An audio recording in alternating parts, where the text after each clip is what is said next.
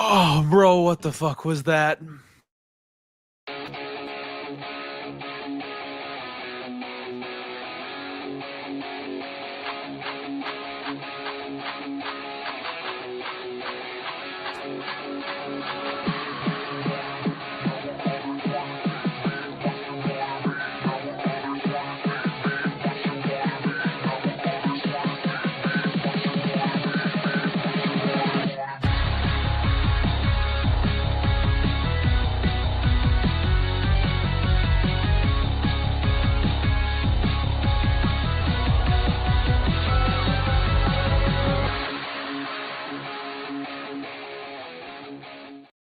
What is up, diehards, degenerates, my gamblers? Welcome on back to the Die Hard MMA podcast. And it is big energy, big pay-per-view week. UFC 3-2-1 action, baby. How's everybody doing in the chat? Welcome back to the show. I don't know what you guys do here week after week, man. My pockets are emptier than Reiner de Ritter's gas tank is this week. What the hell happened in Canada, man?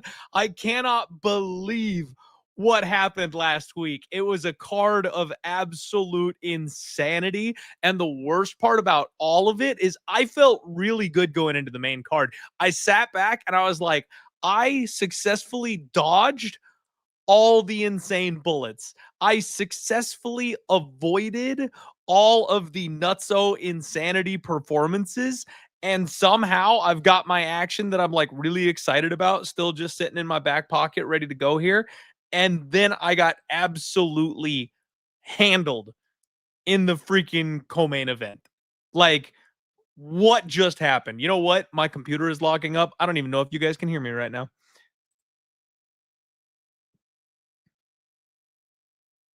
Can you guys hear me right now? Am I still live on the show? Okay. It looks like I'm still live on the show. I am literally watching myself on my other monitor right now because apparently we have technical issues and difficulty.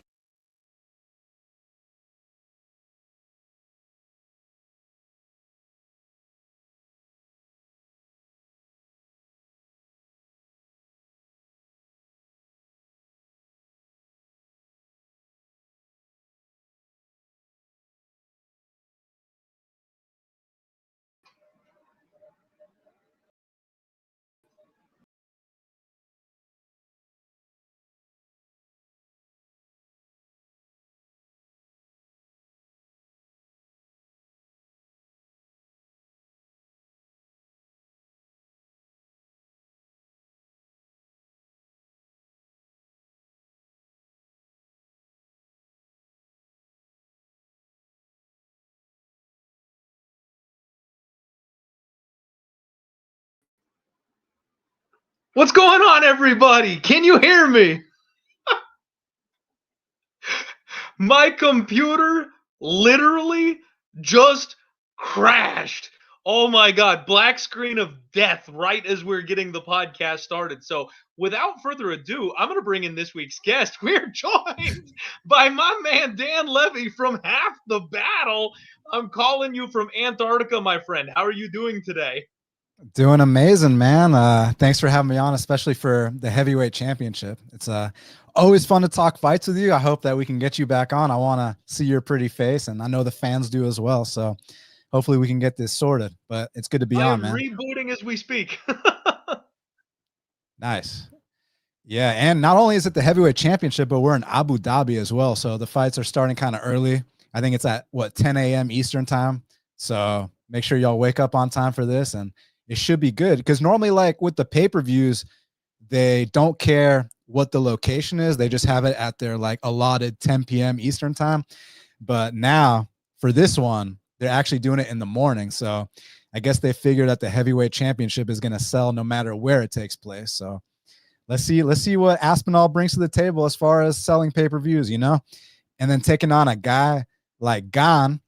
There's got to be a lot of pressure in the sense that John Jones handled Gane in a certain way. So that pressure is going to carry on to a guy like Aspinall, that if Aspinall doesn't go out here and own Gane, then John Jones, you'll never hear the end of it. And we kind of don't want to deal with that, right, Clint? So hopefully Tom handles biz, right? Yeah, dude, it would be the absolute worst case scenario if they gave John Jones any talking points this weekend. I know we're going to hear from him. There's nothing we can do about that. He's going to find a way to make it about himself. But I hope Tom at least gives us an opportunity to make it look good. You know what I mean? Give us the opportunity here so we don't have to deal with it, Tom, please. Even if he, my all-time best case scenario here, Dan, would be if Tom won the fight and then refused to acknowledge John Jones. Like, call out somebody else. Call out Alex Pereira, for God's sake. I don't even care. But if he would just completely, like, bar John Jones from the conversation, make sure it's not about him, I think that would be just beautiful. For But sure. yeah, And man. we gotta get all the reporters on board, because I tune into these Aspinall interviews and like they don't shut the what up Oh my about God, I know. about John Jones. It's like, man, let this guy focus on the task at hand, which is Ciryl Gane, who's no slouch at all. I mean, is one of the most athletic heavyweights around, a very well-rounded guy as well. So, you gotta show Gane, you gotta give Gane your full attention, man. You cannot sleep on a guy like Ciryl Gane. Absolutely, man. Dude, okay. So, hey, we can begin the show in earnest now, you guys. I apologize. I really am not sure what the hell just happened. My system, like I said, literal black screen of death. And thank God I've got a second computer set up here, man. I had to I knew I was frozen here. And so I was like panic setting up over here as it was going down. But that's why you have consummate professionals like my guy Dan Levy, who are ready to go on the show, ready to jump in at a moment's notice. Welcome in to the chat. We've already got everybody piling in here. My guy Dream, my guy Grateful Dude, Dick's Insider saying NHL is back, my man. Shots on goal, power play, points, goals. Anything you got, we're keeping it simple tonight, Dixon. I like the Winnipeg Jets. A little bit of chalk you got to eat, but that's all I got this evening here. TH, Joe Free, Brody 2.0, Louis, Mac Jr., Mohammed, what's going on? Ethan Hershey, my man. So Ethan hit me with a two-parter bet last week, Dan. We had two different fights we were head-to-head on. We did two shots apiece. Ethan, my man, I've got an IOU situation here because I swore I put some alcohol on the grocery list last time we had a bet, and apparently it slipped through the cracks. So I don't have a thing to drink on stream for you. I will get you next week, I promise. Man, so I guess, Dan, the biggest thing, the first thing, I just want to talk about last week for a second, because we haven't had a card with that much chaos. How long has it been? I know we've had some wacky cards, like whenever we go to Texas and stuff like that, but Canada was bonkers. I mean, we literally had like half of the underdogs on the card hit last week. Yeah, it was wild, especially that main event. It was funny because I thought that it was RDR that was going to have to weather a storm, and it was quite the opposite. It was Brendan Allen that weathered the storm, and we saw like looks of that in RDR outside the UFC, but it was at heavyweight, so it was easy to write that off. Listen, this isn't even light heavyweight. This is 185. So you thought that that was behind them, but clearly not. And the other thing was that, yes, it's taxing to dominate someone in the grappling department and not put them away. I mean, you saw a fight between Shane Carwin and Brock Lesnar. Shane beat the dog shit out of Brock that first round, gassed out, and then he got tapped out in the second. But there wasn't much striking from RDR. So it was like, was putting Buddy in a body triangle really gassing you out to that extent? So yeah, very bad look, especially for someone with title aspirations, someone that tweeted out before the fight, the belt is calling, and stuff like that. And yeah, just not a good look. I mean, I'm happy for his case that his coaches truly have his back. They're, looking out for his best interest, and they're not going to let their guy go out there and take unnecessary damage and punishment, because it was pretty apparent that he was done. But when you talk about championship caliber fighters, that's one of the worst looks that you can absolutely get. Absolutely. And dude, I got to give a little bit of props to his coaching staff, because they absolutely did the right thing by throwing in the towel. Now, sucks for the fans to not see a finish, blah, blah, blah, all that stuff. But he absolutely was done. He was cooked. It was not happening. So they saved him from taking any additional damage. And I'm I want to commend them for that. But it's funny because I had that fight broken down perfectly, just in reverse. Right. I literally sprinkled the round 4 and round 5 TKO props. And I talked about how the fight was going to start fast. There was going to be early grappling success. I just thought it would be from Allen. And then the bigger man on the full camp in RDR would take over the fight as it got deeper. It was perfect. It was picture perfect. I just got the names backwards. So really weird main event, man. And then the co-main event, I mean, we had 2 different fights that were decided by a cup shot, which is insane. Kevin Holland, I don't know how they allowed that fight to continue. He never confirmed he was ready to go at the end of the 5-minute period. You could tell he was still shaken up. And then they tried to stop it again at the end of round 1. Like, that fight never should have gotten to round 2. You could tell he was completely done between rounds. And I got to tell you, I'm coming away from this whole thing disappointed in Mike Malott. Like, how do you have a wounded animal, a dude on one leg in front of you for 15 minutes and you can't find a finish? Like, what the hell? It took him everything he had. He was still very conscious of his gas tank and not screwing up throughout that fight. Works his way to a decision over Holland, who's essentially a punching bag for the final 10 minutes of the fight. I'm incredibly disappointed with Mike Malott's end of that fight. I don't know if you had any takeaways from that one.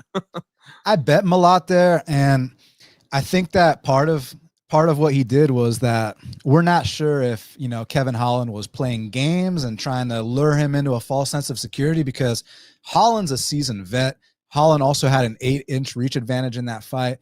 And I don't know, like, it seemed like the second low blow wasn't, I don't want to downplay, because I wasn't the guy in there. So I don't know if he was really going through it, if he was kind of embellishing it a little bit, or what the deal was. But yeah, I think that Malott played it safe, but Malott clearly won the second and third, did what he had to do. And yeah, he's going to move up. You know, this was his second ranked test. You know, he failed the first one against Magny. He was a couple seconds away from being ranked against Magny, but, you know, it was that first L time, and, you know, he had to pull his rookie stunt. But I thought that he showed some maturity in this fight. It wasn't the most exciting performance per se, but you got past a very tough and experienced guy in Holland, and now it's time to move up the rankings. So yeah, it was what it was.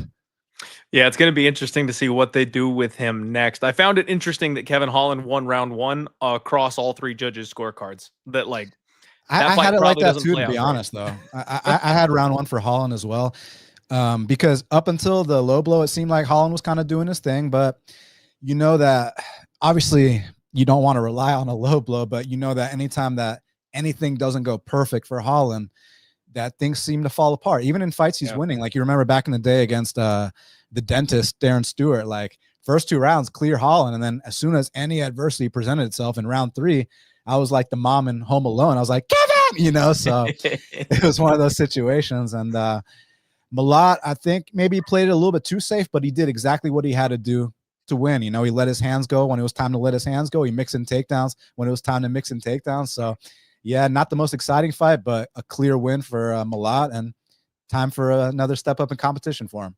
Yeah, man, you love to see it. Chito Vera once again thinks he is robbed after doing what Chito does in every single fight. I'm disappointed in myself on this one, man, because I literally called the Zahabi split decision in Canada. It was plus 450. It was right there for the taking. Didn't take it pre-flop. Should have done that one, knowing full well that Vera would make an effort and then fall short because he's a Diaz bro. He just doesn't play the game by the rules the way the judges like fights to be scored. The Diaz bro with no boxing, right? Exactly, right? Dude, the big one that caught me off guard, my dog of the week was Jasmine Jasudavicius. And if you told me I'm sitting here out my money on my Monday podcast because Manon Fiorot beat her, I'd be like, yeah, okay. You know, it is what it is. Sure, she was supposed to be the one to dethrone Shevchenko. I never saw a 60-second KO. I never thought Manon Fiorot was going to face plant Jasmine Jasudavicius. That completely took me off guard. I couldn't come away from that any more impressed. Yeah, no doubt about it. You know, I also thought Jasmine had a great chance. I at the minimum, thought that plus 210 was very disrespectful. And in the early going, you know, before she got clipped, I thought that she wasn't looking bad. I mean, DC was even like commenting like, Manon looks nervous here, Manon this and that. But man, that straight, was it a straight left or straight right? I don't remember, but either way, that straight punch, man, it took her equilibrium out. She just simply couldn't recover. Perfect shot, perfect timing. Credit to Manon. And that's why we love the sport so much. You know, people that had Manon thought that she was going to win a decision. People like us that took the shot on Jazz thought that she'd have some success on top, and none of us were right. You know, none of us saw a first-minute KO coming. So that's why we love this sport. And yeah, props to Manon. And I definitely think that Jasmine will be back. I mean, I saw her coach make a post about how he's never even seen her rocked in the gym before, but you know, and then you know how she likes to call herself the female GSP or whatever. They made a reference. Hey, that's what happened when Matt Serra fought GSP. He just lost his equilibrium, you know, and it was what it was, man. I think she'll be back for sure. And Manon, she keeps her spot at the top. Yep. Can't wait to see where we go from here. And then the one bright, shiny moment for me here, the only bet that I was able to cash this past week, man, was Charles Jourdain. Yes, sir. You know what? It's really disappointing to me because when you look back over the card, you want to go, okay, was I on?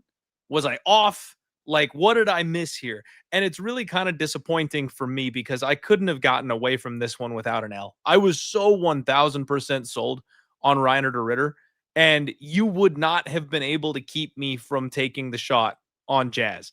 So it's disappointing for me to know full well that on my most confident spots this week, I just wasn't going to come away with the bag. I should have bet Bruno Silva as an underdog. That one I had all the tools and all the pieces I needed to get there with a bet. But the one that I was most confident in was Charles Jourdain. So very happy to cash a ticket on that one. He made it look easy. Rest in peace, Davey Grant. I'm so sorry. He's my boy. But man, that was one of those ones where when it opens up Pick'em, the line moves my way.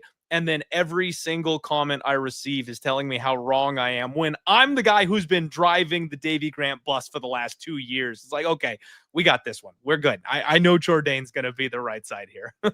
Yeah, and great bet on your part. I was also on Jourdain. I thought it was one of the best bets of the night, you know, aside from like the dude that beat Bekoyev and stuff like that. But yeah, I mean, Jourdain, this new weight class is perfect for him. And what was interesting about that matchup was that Jourdain, not only 10 years younger than Davey Grant, but he's got more UFC fights than Davey Grant. So when you got a guy that has more UFC experience and he's that much younger, and you know, Davey Grant turns 40 in less than 2 months, right? So shout out Davey Grant. He's the man, you know. He was on Instagram, very positive attitude. I can't wait for his next fight. And Jourdain, I think that, hey, you know, he was supposed to fight Ricky Simon in Atlanta, right? And I think he had some kind of eye injury or whatever, so they put Cameron Smotherman there, and ended up being a terrible fight. But let's rebook that. Or he called out Marcus McGee. Let's get that going. Hey, I don't mind that. That sounds like a fun one. Guys, that's enough of a recap. There's even more insanity that happened on this card, like the left hand to fraud getting checked in the last couple minutes there. But we don't have time to go over all of it. Otherwise, we'll be here all night talking UFC Canada when we've got a pay-per-view card to talk about. So first and foremost, make sure you're checking out Half the Battle. Support our guy Dan Levy here as this week's guest. Of course, hit the link in the description below, you guys. The show is powered by cloudbet.com. Make sure you get signed up. Promo code DieHardMMA. Up to $2,500 rollout welcome bonus for anybody signing up. Make sure you're getting in on that. You can find the Fight Center on cloudbet.com. PFL fights, Karate Combat streamed directly in browser for you there on the website, as they are the direct sponsors of it and some of the best prop lines you will ever see. But let's go ahead and get into UFC 321. As is tradition recently, looks like we're starting with women's MMA action here to kick off the card, man. Jaqueline Amorim takes on Mizuki Inoue, a name who I have not heard in a long time. I'll be honest with you, Dan. I thought Mizuki was done. I completely thought she was either retired, cut from the UFC. Like, we just haven't heard from her in so long. I thought it was wraps. She's 15-6. She's 31 years old. And believe it or not, she's 2-1 in the UFC. She's got a winning record here so far. Wins her UFC debut via split over Yanan Wu, and she lost to Amanda Lemos. That was kind of Amanda's coming out party all the way back in 2020. And then she had a good fight with Hannah Goldie back in 2023. We have not seen her since. So it's been a very long layoff here for Mizuki.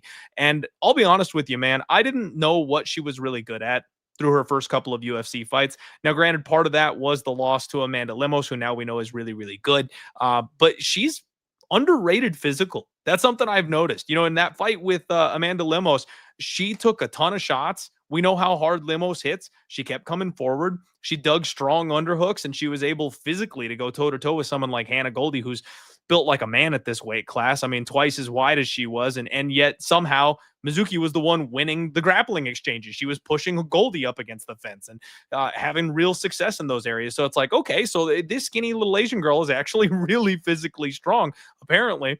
She's tough. She's got good boxing.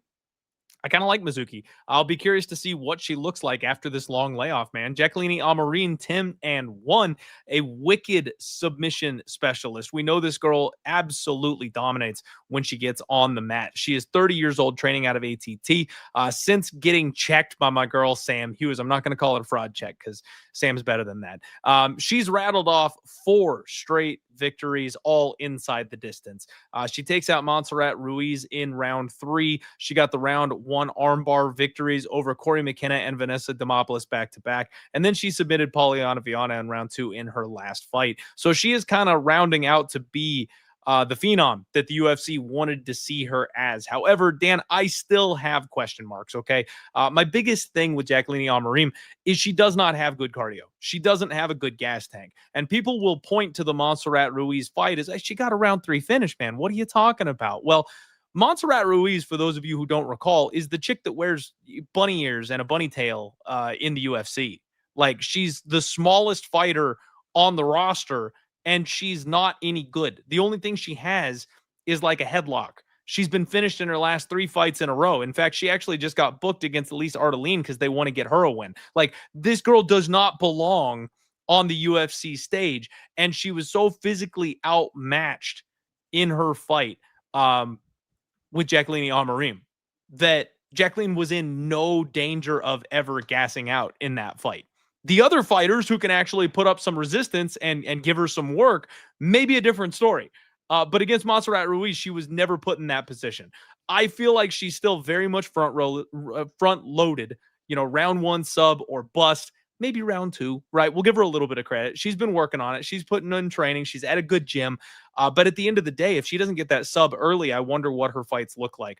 Mizuki being gone for 2+ years, I really don't know what to expect from her, but all I can tell you is I'm not laying chalk on Jaqueline Amorim, especially when she's in the -400 range. So too many questions. I want to know what was going on with Mizuki. I'm curious if she'll be able to be physical enough to hang in this fight and gas out Jaqueline Amorim, because if she can slow her down, I think she's live in this fight, man. Yeah, I mean, like you said, I think that the Sam Hughes fight was probably the best thing that ever happened to Amorim, to know that she's not invincible. And also, you remember the glove gate and whatnot in that fight. But listen, man, Sam Hughes has a reputation for setting back prospects all the time. So no one's exempt from that first L. It was what it was. But let me tell you something, Clint. If Hannah Goldie can take you down and get over 2 minutes and 50 seconds of top control on you, then I'm pretty confident that not only Jaqueline Amorim can take you down, but can possibly submit you. So, I mean, listen, it doesn't take a genius to pick a -450, but I love the current form of Jaqueline Amorim. I respect Mizuki. She's a battle-tested vet, fast hands, and just been around the block, right? But I think that I think that Amorim's catching her at a great time, like the line indicates. And when she gets on top, she might finish the fight shortly after. So, and also I like the evolution of Amorim, man. I mean, she's starting to feel more comfortable on the feet. She's not rushing things like she was before. She's really setting up her takedowns nicely. Her jiu-jitsu game is quite up there. So, yeah, give me Amorim to have some kind of ground dominance here. Yeah, man, I fully expect this to be a round 1 finish. I do think she'll win. I do think she'll win by sub, but this will be the early look for live bet of the night. You know what I mean? If this fight does start to get extended, if Mizuki is able to defend a couple of early positions and then get back up to the feet, I'll be ready to click as soon as I can so we don't lose the good number. Big if. Very big if. Like I said, I'm picking with you.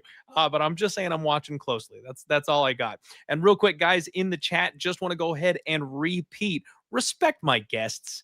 Don't be shitheads. We're done with this stuff. It's cool. We're done with this stuff. So we made the announcement a couple of months back. This is the place you come to have fun talking about betting in MMA. It's a safe place for everybody. And if you disagree, that's perfectly fine. If you want to fade me, that's perfectly fine. As long as you're respectful about it, we got no problem. So as soon as you start trying to, talk shit on the guests and stuff like that, instant ban. We're done with that shit. So, we're not going to be having that, especially because if anybody knows anything, Dan is one of the OGs in the space, both gambling and MMA. There's not a better knowledge brain in the game right now. So you're either talking shit very purposefully or you have no idea what you're talking about. So either way, we're done with that. Just be respectful in the chat. I appreciate you, Clint, but listen, man, freedom of speech. So if y'all got something to say, it's all good, man. Like, we're all here, we're all having fun. And I honestly thought that those comments were kind of funny because literally everyone in the chat knows what's up. You know what's up. So it's all good, man. We're cool. Hey, man, freedom of speech, not freedom of consequences. You know the rules. You break the rules.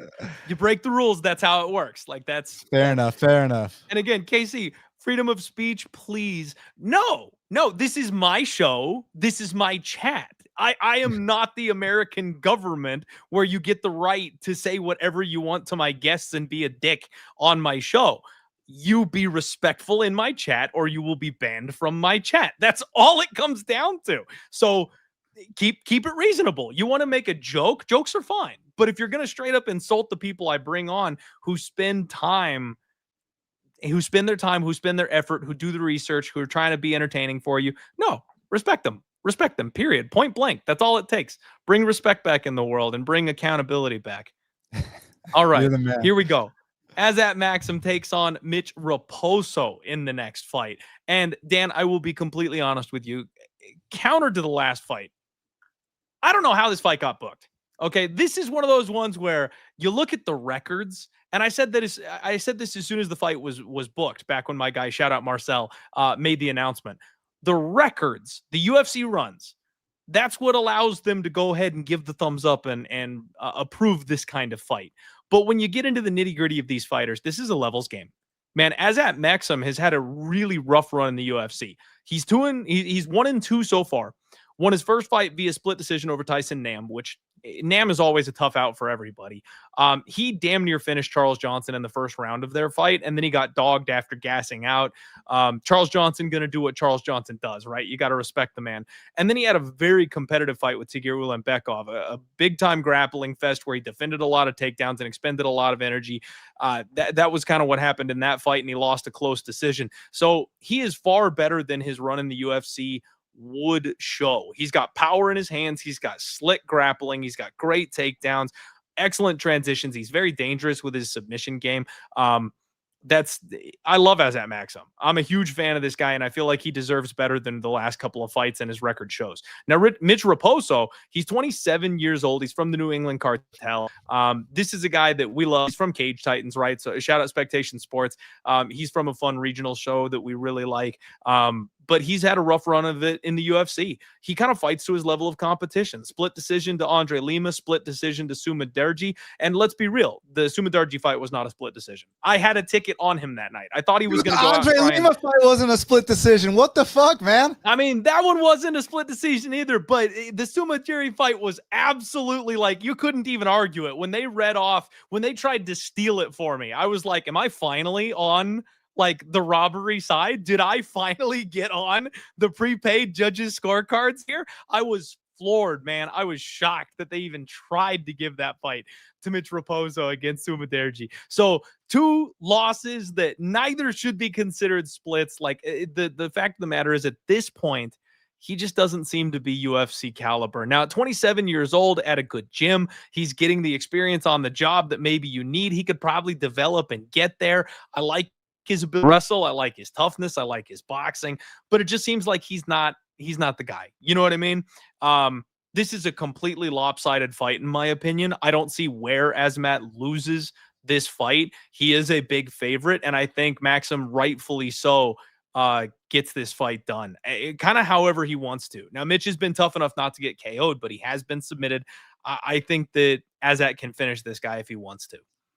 So shout out to James Lynch, the best MMA journalist in the game. And he recently did an interview with Mitch Raposo, and the headline of the interview was, "If you're counting me out," or sorry, excuse me, the headline of the interview was, "You're an idiot if you're counting me out." Well, Clint, I'm an idiot because I'm counting him out. And listen, man, it's just one of those things where I feel like Mitch Raposo, he's too small, and he's tiny for the weight class. And some of the success he had outside the UFC, you mentioned Cage Titans. No disrespect to that promotion, but we know that you know what it is. I don't want to disrespect your sponsor who are doing fantastic work. It's more so to say that Cage Titans doesn't produce the best quality of talent. I mean, I got friends here in the Southeast regional scene that used to take weekend road trips up to New England to just beat up on the Cage Titans guys, man. Like, that's what it was like, right? And then as at Maxim, I agree with you, to fight Tyson Nam, who's such a seasoned vet, Charles Johnson, Tagir. I mean, that's not an easy first 3 fights. And, he's been training at ATT. I got some friends there like Cody Dern, and Cody let me know that Azat's been putting in work. Azat's been looking fantastic in the gym, training with all the best guys. And even if he wasn't doing that, I still think he's better than Mitch Raposo. So too physical, too experienced, and just straight up better. So give me Azat Maxim to come out here and win this fight. Most likely however he wants. Yeah, man, he's closing in on a 400 favorite, and I am completely there with you. I think he wins this fight however he wants. Frankly, I think he makes a statement. You know what I mean? I think he comes out here and he finishes this fight.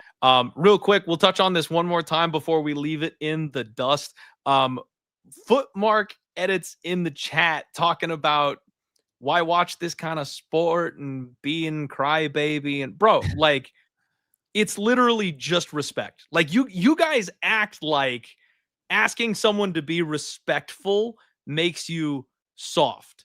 Like, it's not hard to just not be a piece of shit. Okay? Like, that's literally all we're asking for, is don't be a dick. It's not that I'm soft about it. It's that I don't have to take it. I wouldn't take it face to face. Why would I take it online? So shut the fuck up. You can either be banned from my chat or you can keep talking. It's up to you. I will give you one final shot. If you're respectful, I'll let you hang around. If you talk shit, we will ban you and we're done. Thank you very much for stopping by and playing the game. The next fight, ladies and gentlemen, is Chris Barnett taking on, oh dear God, not again, Hamdi Abdel-Wahab. Dan, I can't believe it. I absolutely can't believe it. I hate this fight.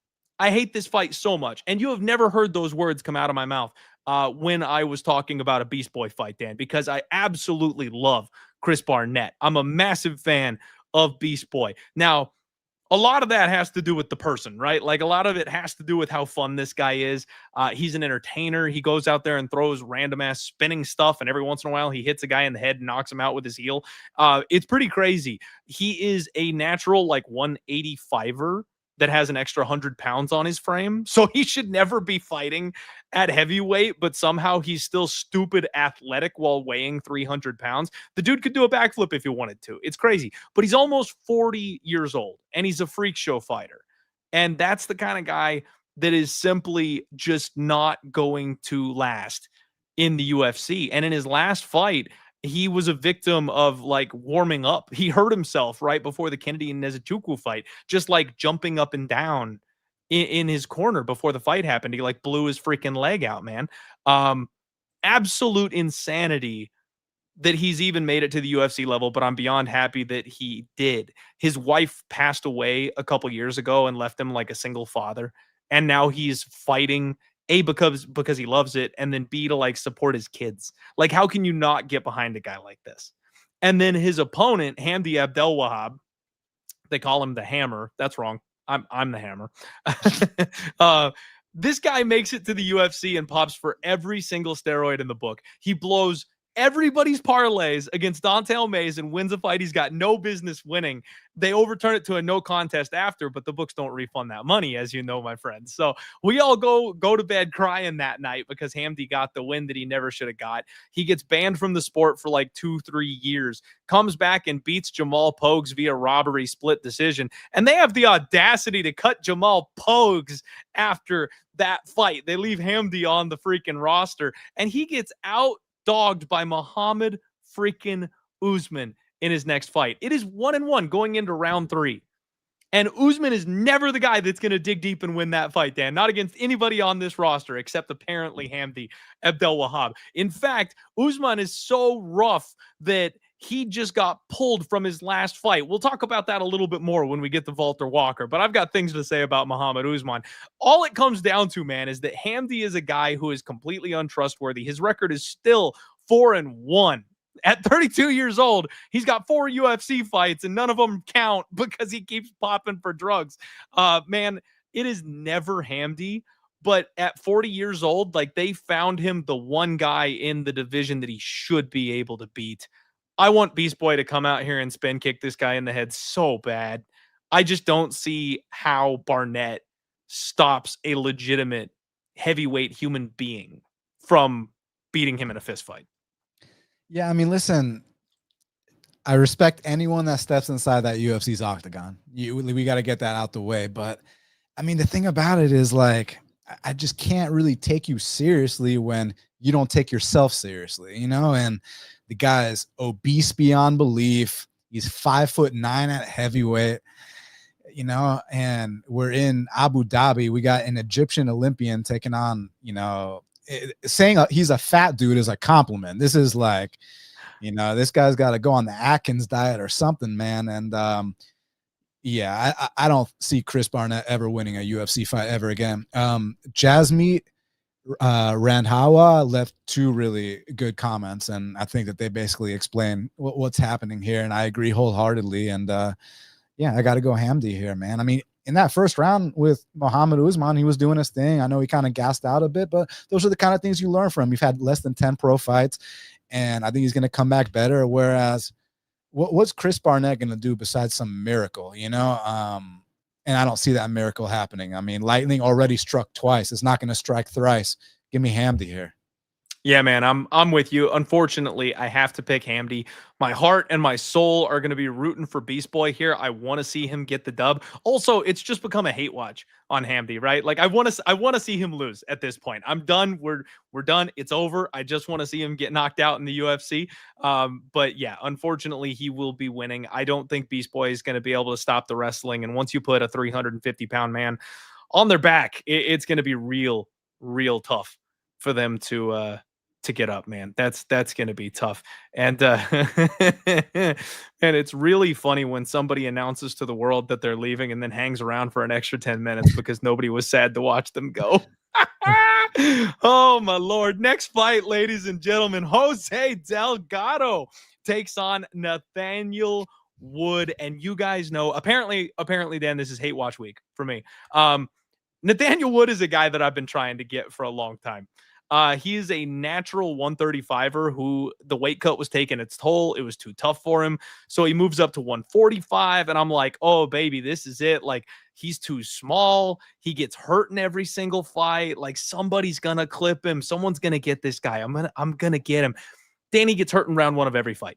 Every single fight he gets clipped in round 1 and it looks like it's over. And then he goes like full Nate Landwehr mode. He just wakes up and then puts all the volume on you and keeps coming forward and doesn't stop and overwhelms you. And he's so technical. He's like Frankie Edgar style throwback, man. He's too small for the weight class, but it doesn't matter because he's so good. He's still beating people out here. Jose Delgado, 10-1, 27 years old, fighting out of the MMA lab. This guy kind of took the UFC by storm off Dana White's Contender Series. And you guys know how I feel about these Dana White's Contender Series guys. He gets the layup of Conor Matthews in his first fight, knocks him out in round 1. We know Conor Matthews isn't UFC level. That's really not a big deal. But then he starches the Hurricane, Hyder Amel. And I went, oh. You know, Dan, that was the one that I kind of perked up and was like, all right, like maybe maybe this kid is serious, because Hyder Amel is kind of a beast. I know he's a bit older to be a prospect, I guess, but he's extremely skilled. He's got crazy pace. He's never been knocked out before, and it took this kid 30 seconds.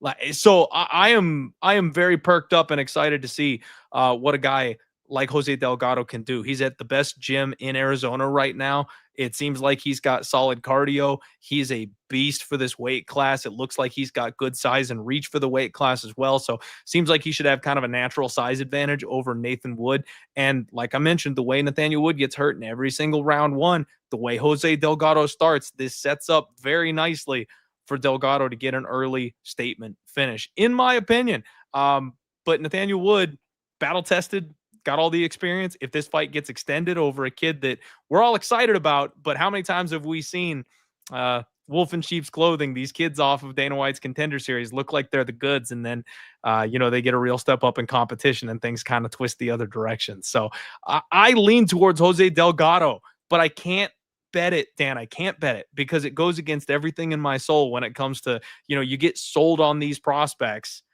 and they get that first real tough level of competition, and that's when you find out where they're at. I hope he passes the test with flying colors, but I don't think the minus should be next to his name. So I think maybe potentially, based on their experience levels, wrong fighter favored. I can't bet it because I agree. I want him. I think he wins. We'll see what happens on Saturday. What do you make of this one, man? Very, very interesting fight because, like you said, this is the big step up in competition for Jose, and I think he's earned it. I mean, if you handle Hyder Amel like that, you get a step up in competition. I mean, absolutely. When you're running through the people they hand you, you're not going to split decisions with them. You're not eking by. No, you're handling them. You get that step up in competition, and that's what's happening here. And you brought some very valid points to the table. I mean, Nathaniel Wood's been doing this, man, in two weight classes as well, man. So he's definitely someone you got to respect. But let me ask you something. What, in your opinion, what do you think is Nathaniel Wood's greatest weapon? I think we both know. What do you think it is? I mean, I would think it's his pace and his cardio.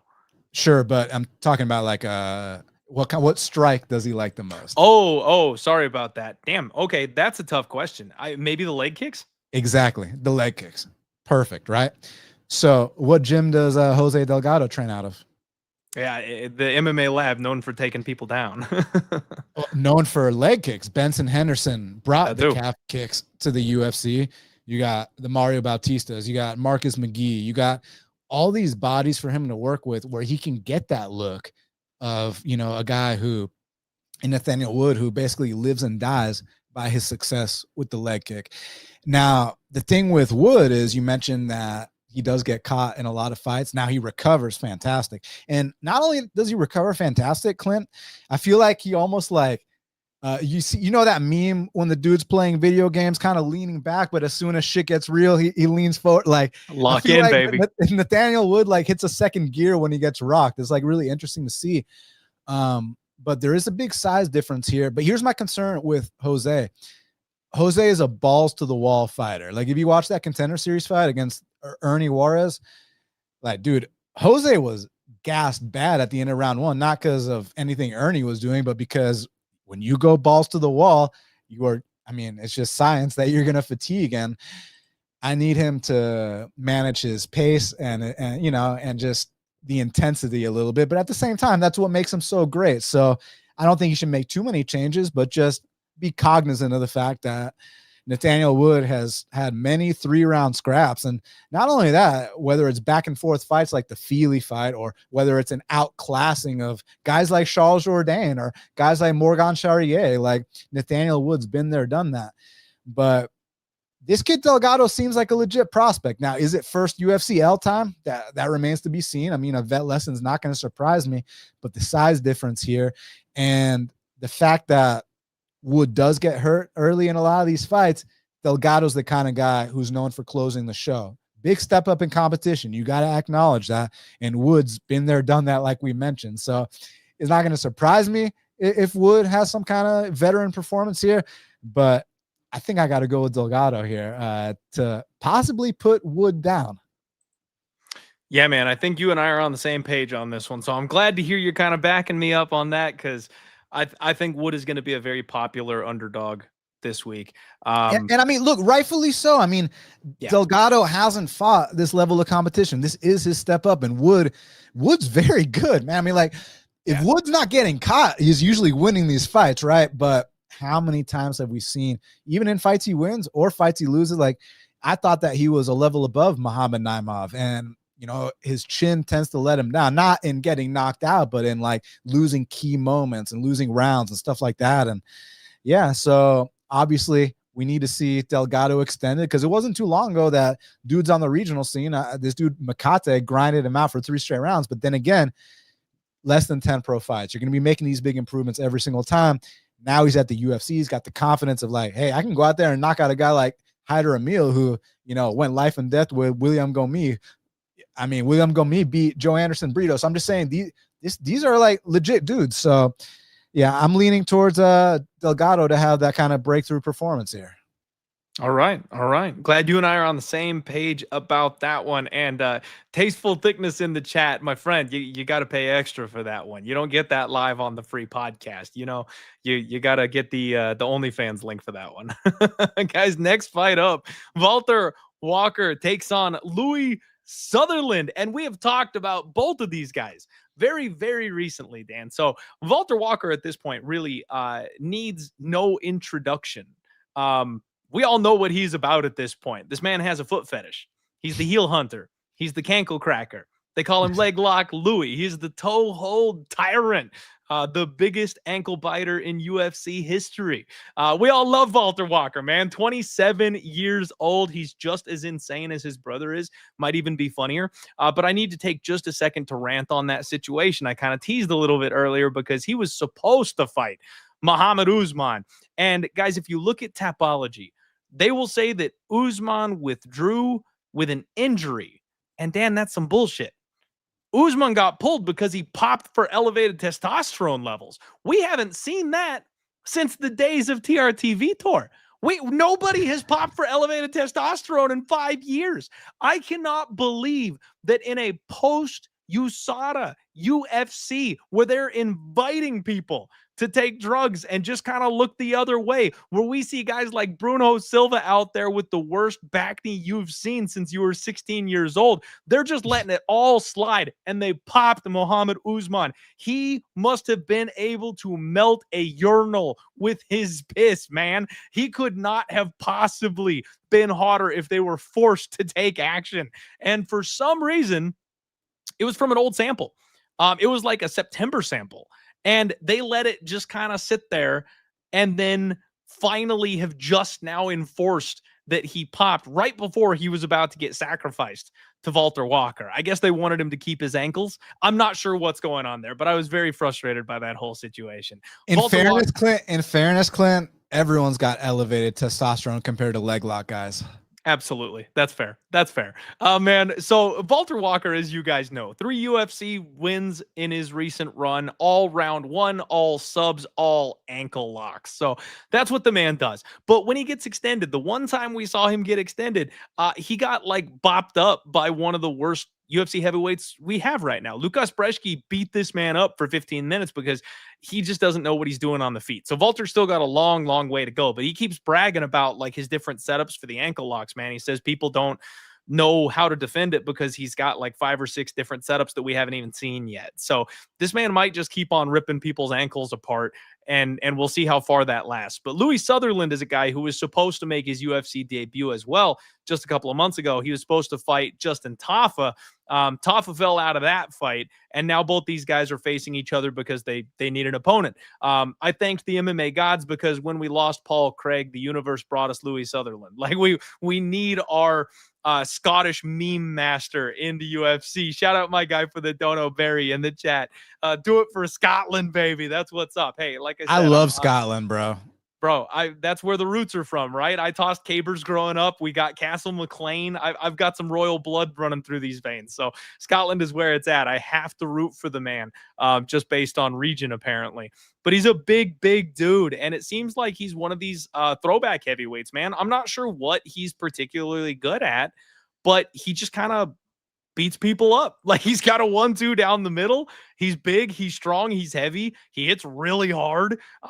I'm not sure where he excels, but he just whoops ass because he's a massive mountain of a man. What do you make of this fight, and who do you think is taking this one home? So you called this man Leg Lock Louis, right? Yes, I did. So let me ask you something. So you're saying Leg Lock Louis is gonna leg lock Louis? Oh, yes, yes, I like it. Listen, I mean, firstly, shout out to Scotland because I went there when I was a kid and I'll never forget it, man. It's one of the most unbelievable places, the castles, and they got this like Halloween fest that's, if you ever get the chance to go to it, I highly recommend it, man. Scotland is an unbelievable place, and I hope to go back one day. As far as this matchup is concerned, you know that if Valter comes out here and does this, that he's going to extend the record. He's going to do something that's never been done before, which is like 4 heel hooks in a row, like in the UFC. Like, yeah, Husimar Toquinho Palhares definitely got a bunch of leg locks, but I don't think he got 4 heel hooks in a row. So this is UFC history on the line right here for Valter Walker. And what's funny is that pre-UFC, he was like a lay and pray guy. I know y'all know he's Johnny Walker's brother. He fights nothing like him. Like, when I heard that Johnny Walker's brother was making his UFC debut, I was like, all right, I'm looking forward to seeing some flying knees, some spins. Flying knees told separately. He's a lay and pray guy. And then in the UFC, he's a leg lock guy. So it's really interesting. And I don't think it's going to last forever, but I do think it continues Saturday afternoon for us, night for them. And shout out Louis Sutherland, man. The guy's super exciting to watch. He's actually never been finished before. He's a brawler. He puts on the kind of fights that the fans want to see. So I'm super happy he's in the UFC. I'm kind of bummed that he didn't get the Taffa fight. Not saying he would have won or lost, but just saying that fight was more up his alley. But this fight seems a little tougher on paper, as the odds indicate. But I got to go with the leg lock specialist on this one. Yeah, man, I'm with you. I think we get one more leg lock. I think we get one more round 1 sub. Like, Louis Sutherland is just such a big dude, and those guys, they don't normally work off of their back. So I think he's going to have a tough time defending the heels. We'll see. Maybe he's a much better jiu-jitsu guy than I give him credit for, but we will see. Barry, my man, the gentleman in the chat, once again, that's right. Do it for Scotland, baby. Let's go.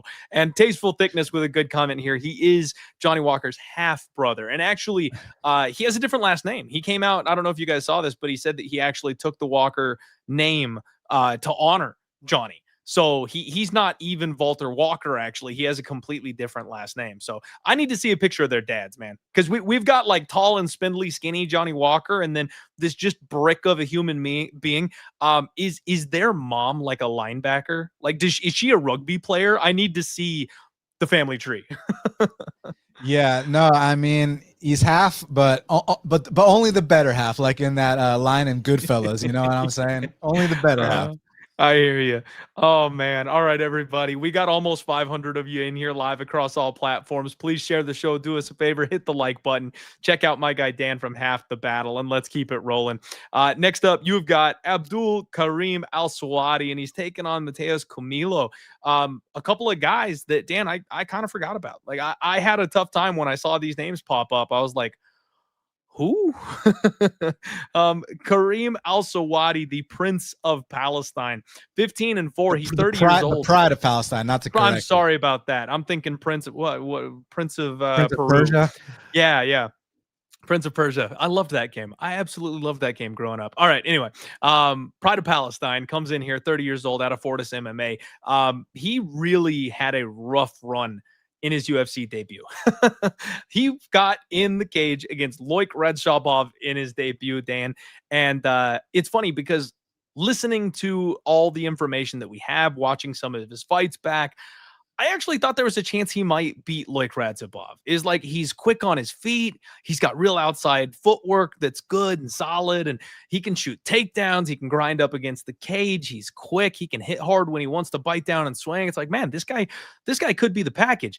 And then you put the two of them in the cage together, and it was like, oh, like he was tiny. If you guys run that fight back, go back and watch. Loik is massive.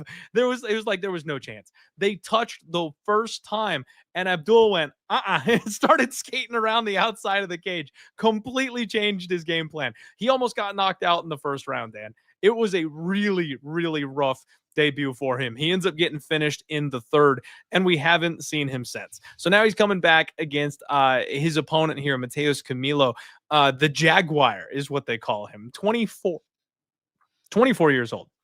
And in a very similar situation, I was kind of hyped on this kid when he got signed to the UFC. He made his debut against Gabe Green.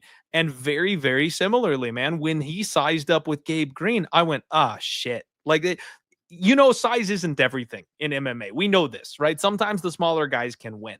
But my whole thing was that he was going to be able to beat up Gabe Green. He was going to be able to shuck the takedowns, maybe kind of bully him around in the cage. And when they faced off, Gabe Green comes out there with full-on HGH gut and about 4 inches of height. And I went, oh no. Like I knew my bet was dead the second they stared down with each other, man. Sure enough, he gets subbed in the second round in that fight, and Gabe Green just kind of sliced through him like a hot knife through butter. This kid has every skill set that you would really want. He looks like he's very proficient everywhere. He's nasty. He's aggressive. He's got very offensive jiu-jitsu, especially from his back, but he doesn't get stuck there. Like if he knows he's in trouble and needs to get up to strike to win the fight, he does. He's got a very good get-up game. But now we've seen him get submitted 3 separate times. That seems to be the hole in his game, is the submission defense here, man. So it's tough. It's tough. This is a rough fight where both these guys come in here with massive question marks, in my opinion, and you've got to pick them line, which kind of makes sense. Pick your poison here, man.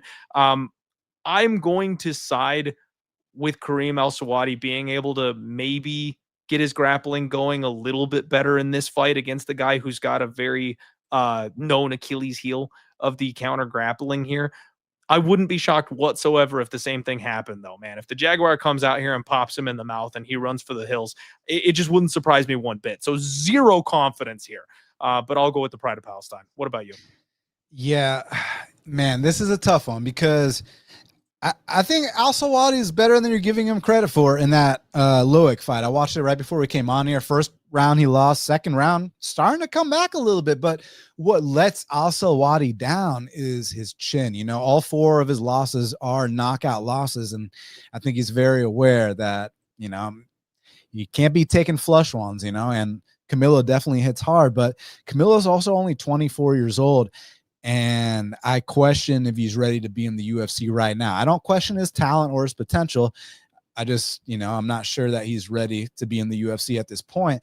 And you watch that Gabe Green fight, and man, you know, he had a nice locked-in triangle at one point, and after that didn't work and he gave up, you know, the back take, it seemed like he didn't even fight the hands. It was like as soon as Gabe tried to get that rear naked choke, Camilo already had his hand out ready to tap. Like he checked out once that triangle didn't work. Now, pull up the comment about the ill-advised triangle, or you don't have to do that. Let's just bring up, someone said that, you know, he went for a stupid triangle. I disagree, because if you watch his fight prior to his UFC debut, he almost got that triangle in that looking for a fight. Like his triangle is actually really good. So that's one of his like main weapons. But my kind of thing with Camilo is that, look, he's got the physique, he's got the techniques, like the talent is there, man. It's just that he's 24. I'm not sure that the pieces have quite come together yet. Now, obviously, he's live for a knockout because Al-Selwady's been knocked out 4 times. But if he doesn't get it, then what? I think he's KO or bust in this spot. Now, Clint, if you go to our private chat real quick, I sent you a link to something. Ready. Will you share that? I mean, my weed dealer tapped out Matheus Camilo. I mean, when a white dude with dreadlocks is tapping you out, and then Gabe Green does it subsequently after, man, it's like one of those situations where any sign of adversity, and this guy will look for the door. Like he has to be the hammer and he cannot be the nail. But a similar thing can be said for Al-Selwady, but only your weed dealer tapped him out too. Oh yeah, my weed dealer straight up tapped him out. You know what I'm saying? Like white dude with dreadlocks. That's all I gotta say. But with Al-Selwady, when you talk about can he overcome adversity, like he can overcome if you take him down, you know, maybe have success like that. He just can't overcome if you touch the chin, the temple, behind the ear. Like, yeah, he's super chinny, but besides that, he's a solid fighter, man. I mean, Al-Selwady switches his stances really well. He's got hard kicks. He's got fight IQ. He fights at a really high pace, mixes in takedowns, trains out of Fortis MMA. So he's got the right people behind them. He's got the right support system. Like, there's really a lot to like about Al-Selwady. Like, honestly, I like everything about Al-Selwady except his chin. And that could be his undoing here. But I'll tell you this. I think that Camilo is KO or bust in this spot. So you should take Al-Selwady money line, take Camilo KO prop, and you'll come out profitable most likely. Watch that like not be the case at all. But before the fact, that's kind of what I'm seeing happening. That one guy's KO or bust, the other guy's got all the paths to victory. Okay. I like it. I like it, and I agree with you. All right, guys, let's move along. Mateusz Rebecki takes on Ludovic Klein, Mr. Highlight himself, and two perennial bag fumblers. Dan, two guys that seem to have everything they need, and then they just kind of fall apart when the moment gets brightest. Mateusz Rebecki looks like a world beater in round one. This guy just looks incredible in round one. He's 33 years old. He's alternating wins and losses at this point. I still cannot believe that he got my guy Miktabek Orolbai. That was one where I just, if they ran that fight back, I swear I would bet Orolbai again. Like, I believe in that guy so much. I feel like he took him light. He took too much damage early in that fight and then couldn't mount the comeback. Almost did, tried, did his best, right? But Mateusz has lost to Chris Duncan and Carlos Diego Fajeas since then. He doesn't wear damage very well. When he gets hit, his face, man, like he swells up bad when he gets cracked. But again, early, he's a beast. He looks like he can run through anybody in round one. Strong wrestling, really physical, can pick people up and carry them across the cage and throw them around. Solid boxing, big power, fast hands, everything you could ever want. Ludovic Klein, 23, 5, and 1, 30 years old. This man, he has a good doctor. He has a very good doctor. And I'm still on the waiting list for Ludovic Klein's doctor. You know what I'm saying? Absolutely. I need to get going because they're booking like 5 years out at this point. Dude, he's on this crazy run here, but it sucks because I fell into that classic gambler's trap, Dan. I tried to fade this guy with Ignacio Bahamondes. I tried to fade this guy with AJ Cunningham. Like, that's my opinion of Ludovic Klein. I tried to fade this guy with Thiago Moises. Now, two of those at least I can defend myself on. Nobody should ever be putting their money on AJ Cunningham. We've learned that since. I learned that the hard way, right? Well, then he gets Mateusz Gamrot. And I went, you know what? I've just been so wrong about this guy. Turns out he's the man. Turns out he's legit. Turns out he can wrestle. He can do it all, Dan. No, he got a massive step up in competition and got fraud checked immediately. But I lost money on both sides of the equation. So that's where I'm sitting with Ludovic Klein, and I'm very frustrated about the whole situation. So very, very tough here where you've got two guys that I both have circled as guys that I don't really want my money on. But I can't help but feel like this line might be backwards. Ludovic Klein is about minus 130, minus 135. You can get plus money on Mateusz Rebecki, and I am just, right back to my old ways of wanting to fade Ludovic Klein at the earliest opportunity after learning my lesson. And I don't know that that is the right move. I'm going to have to force myself, Dan, to not have action on this fight because it's one of those ones where it does not matter what side of this is on. I will be wrong. If I decide to take a stand on this fight, the power that I hold, the universe will make sure that the other guy wins the fight. That's this kind of fight for me. So I refuse. I'm not touching it. I'm not betting it, but I will pick Mateusz Rebecki to win this one. You know what's something that Clint told me and the fans a long time ago? Always trust your balls. And you're bound to be right one of these times, right? You know what I'm saying? And like, if you really think that Ludovic isn't that guy and that Rebecki has the pressure necessary to break him, and you're getting dog odds, fuck it, roll the dice, right? Like, so you're a bad influence, Dan. but here's the thing. Here's where I'm gonna kind of mind fuck you because I'm on the opposite side. Exactly. But that doesn't mean I'm right. I lost my ass betting him against Gamrot too. But here's my kind of thing with Mateusz Rebecki. When you're 5'6" at 155 pounds, like, man, like you better be damn skilled. And he is damn skilled. It's just like closing the distance with that height at that weight class is super tough. Okay, but you look at Volk a weight class down, who's also 5'6", but the difference being is Volk is not a marauder, get in your face, go to war every single time. Eat one to give one, give one to take one, all that. What's the saying? Sorry, I'm fucking up right now. Give one to take one. Yeah, that you know what I meant. I got you.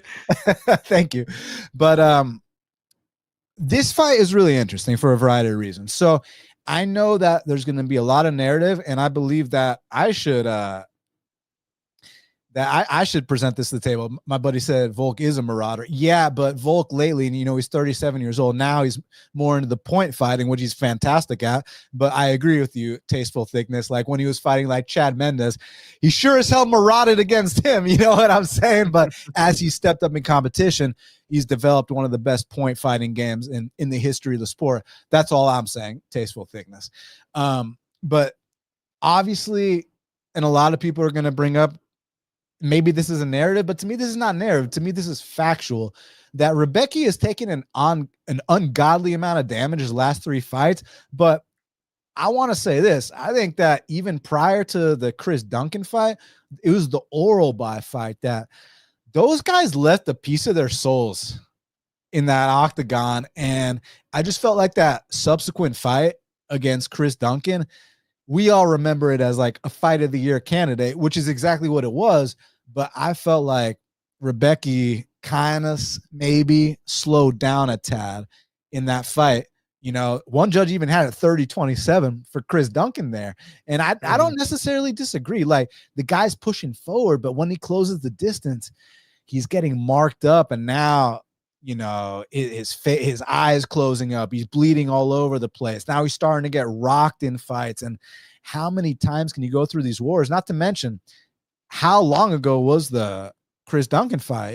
It couldn't have been that long ago, right? And a recent example, and I know I'm going to get some pushback on this, of someone who had an insane war and just came back shortly after and lost is Kevin Holland. Now, I know low blows this, low blows that, but Kevin Holland got the dog shit beaten out of him against D-Rod, comes back a couple months later, looks like shit against Mike Malott in a slow-paced fight.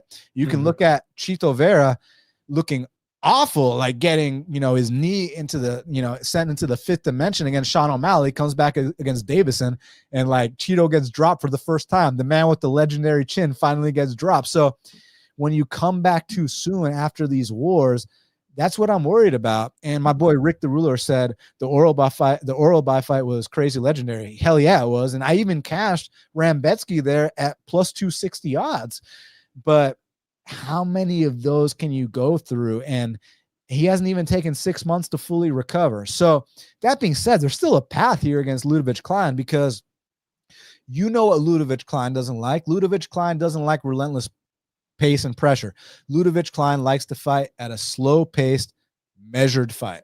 So if Rambetsky wants to make that adjustment to, hey, I don't want to take as much damage, let's kind of slow it down a bit, that falls right into Ludovic Klein's wheelhouse. But if he wants to be the regular Rambetsky, although I do think that he can have some success there because Ludovic does not like the pressure, I also think he's going to give more openings in those instances.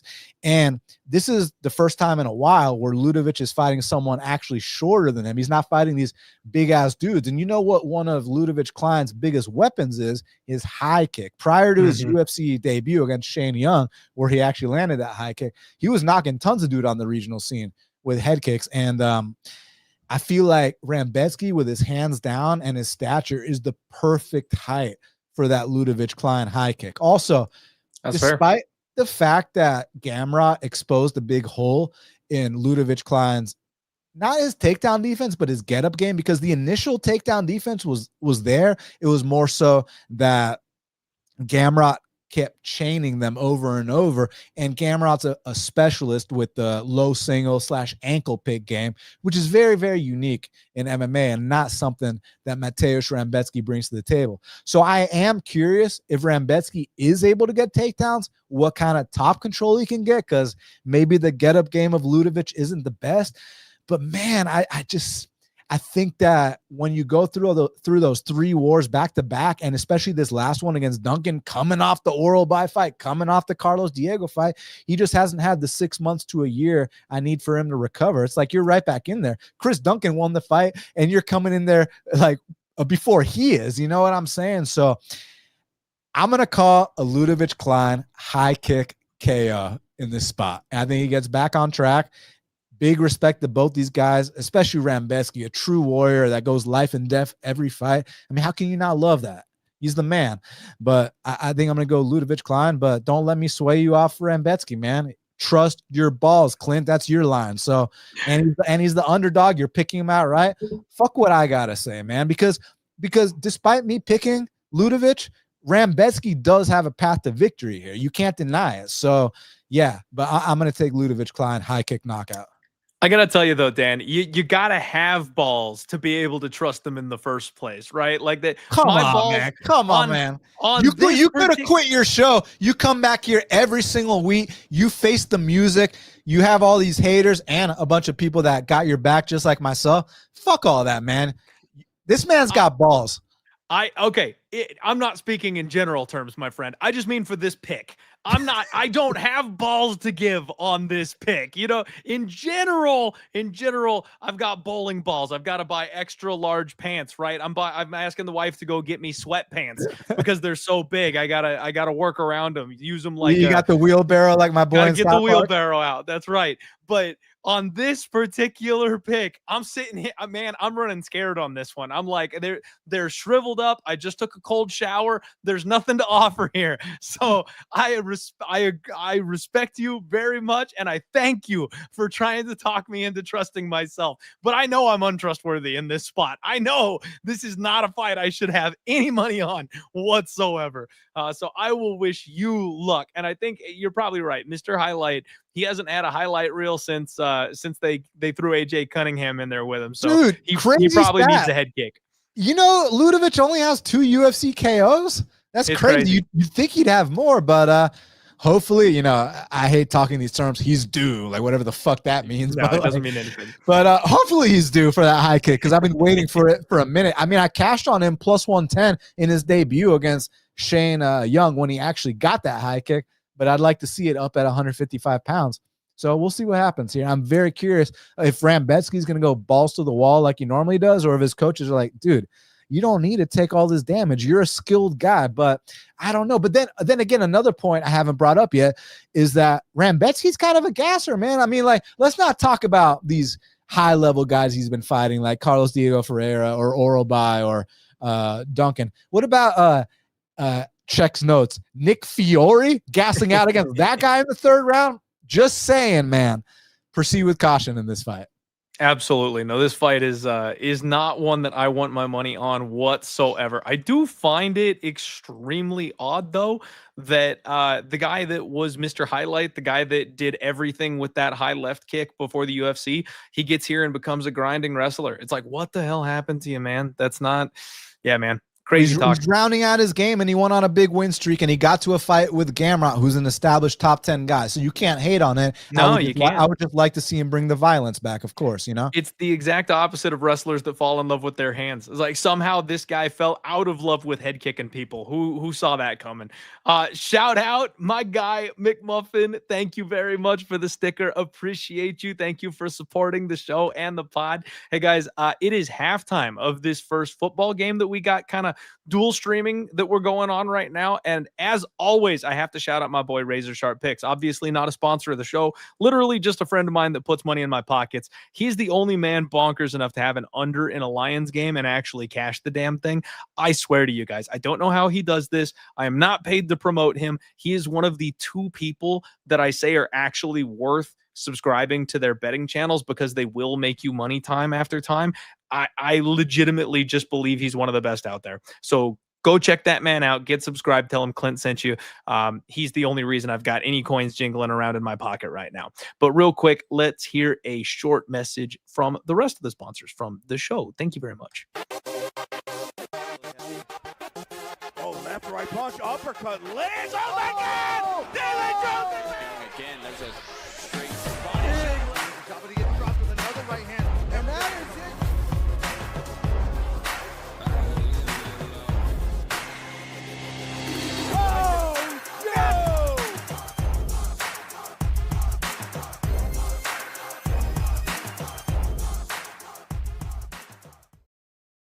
you guys know, Spectation Sports, the best place to go to get your regional MMA. We've got not one, but two shows this week. Coming off of a break week, we're back with a Fury, Legends of Combat, and Synergy FC, both going down this week. We were talking about our guy, Mitch Raposo, who comes from Cage Titans. They've got a card coming right around the corner as well. One of the most entertaining regional shows out there, you guys. If you want more MMA action, using promo code DIEHARD will get you 20% off when you sign up for your subscription. Make sure you're hitting the link in the description below.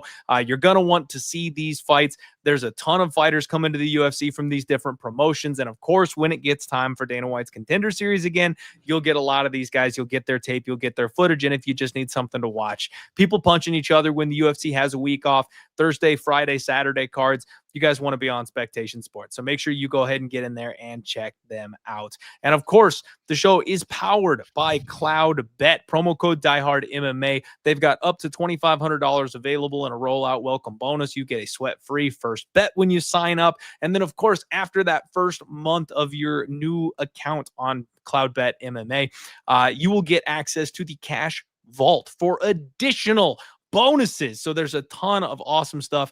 It is a good time to sign up with CloudBet. And then, of course, when they show PFL fights, you guys won't have to worry about the weird random ass app that you subscribe to. You're not going to have to track it down. You're not have to find an illegal stream. They've got the Fight Center right here on CloudBet where you can watch the PFL fights while you live bet them and be ahead of everybody else in the world so you can make good decisions. So check it out. Hit the link in the description below. Get signed up. Go get you another book that's got awesome numbers on props and money lines. Check out CloudBet. We're back, you guys. It is pay-per-view week, UFC 321, and I'm joined by my guy, Dan Levy from Half the Battle, who, by the way, puts me to shame. Just looking absolutely glorious over there. I don't know how you get the lighting so perfect, but it looks fantastic, and I'm going to have to get a number of your lighting guy after the show.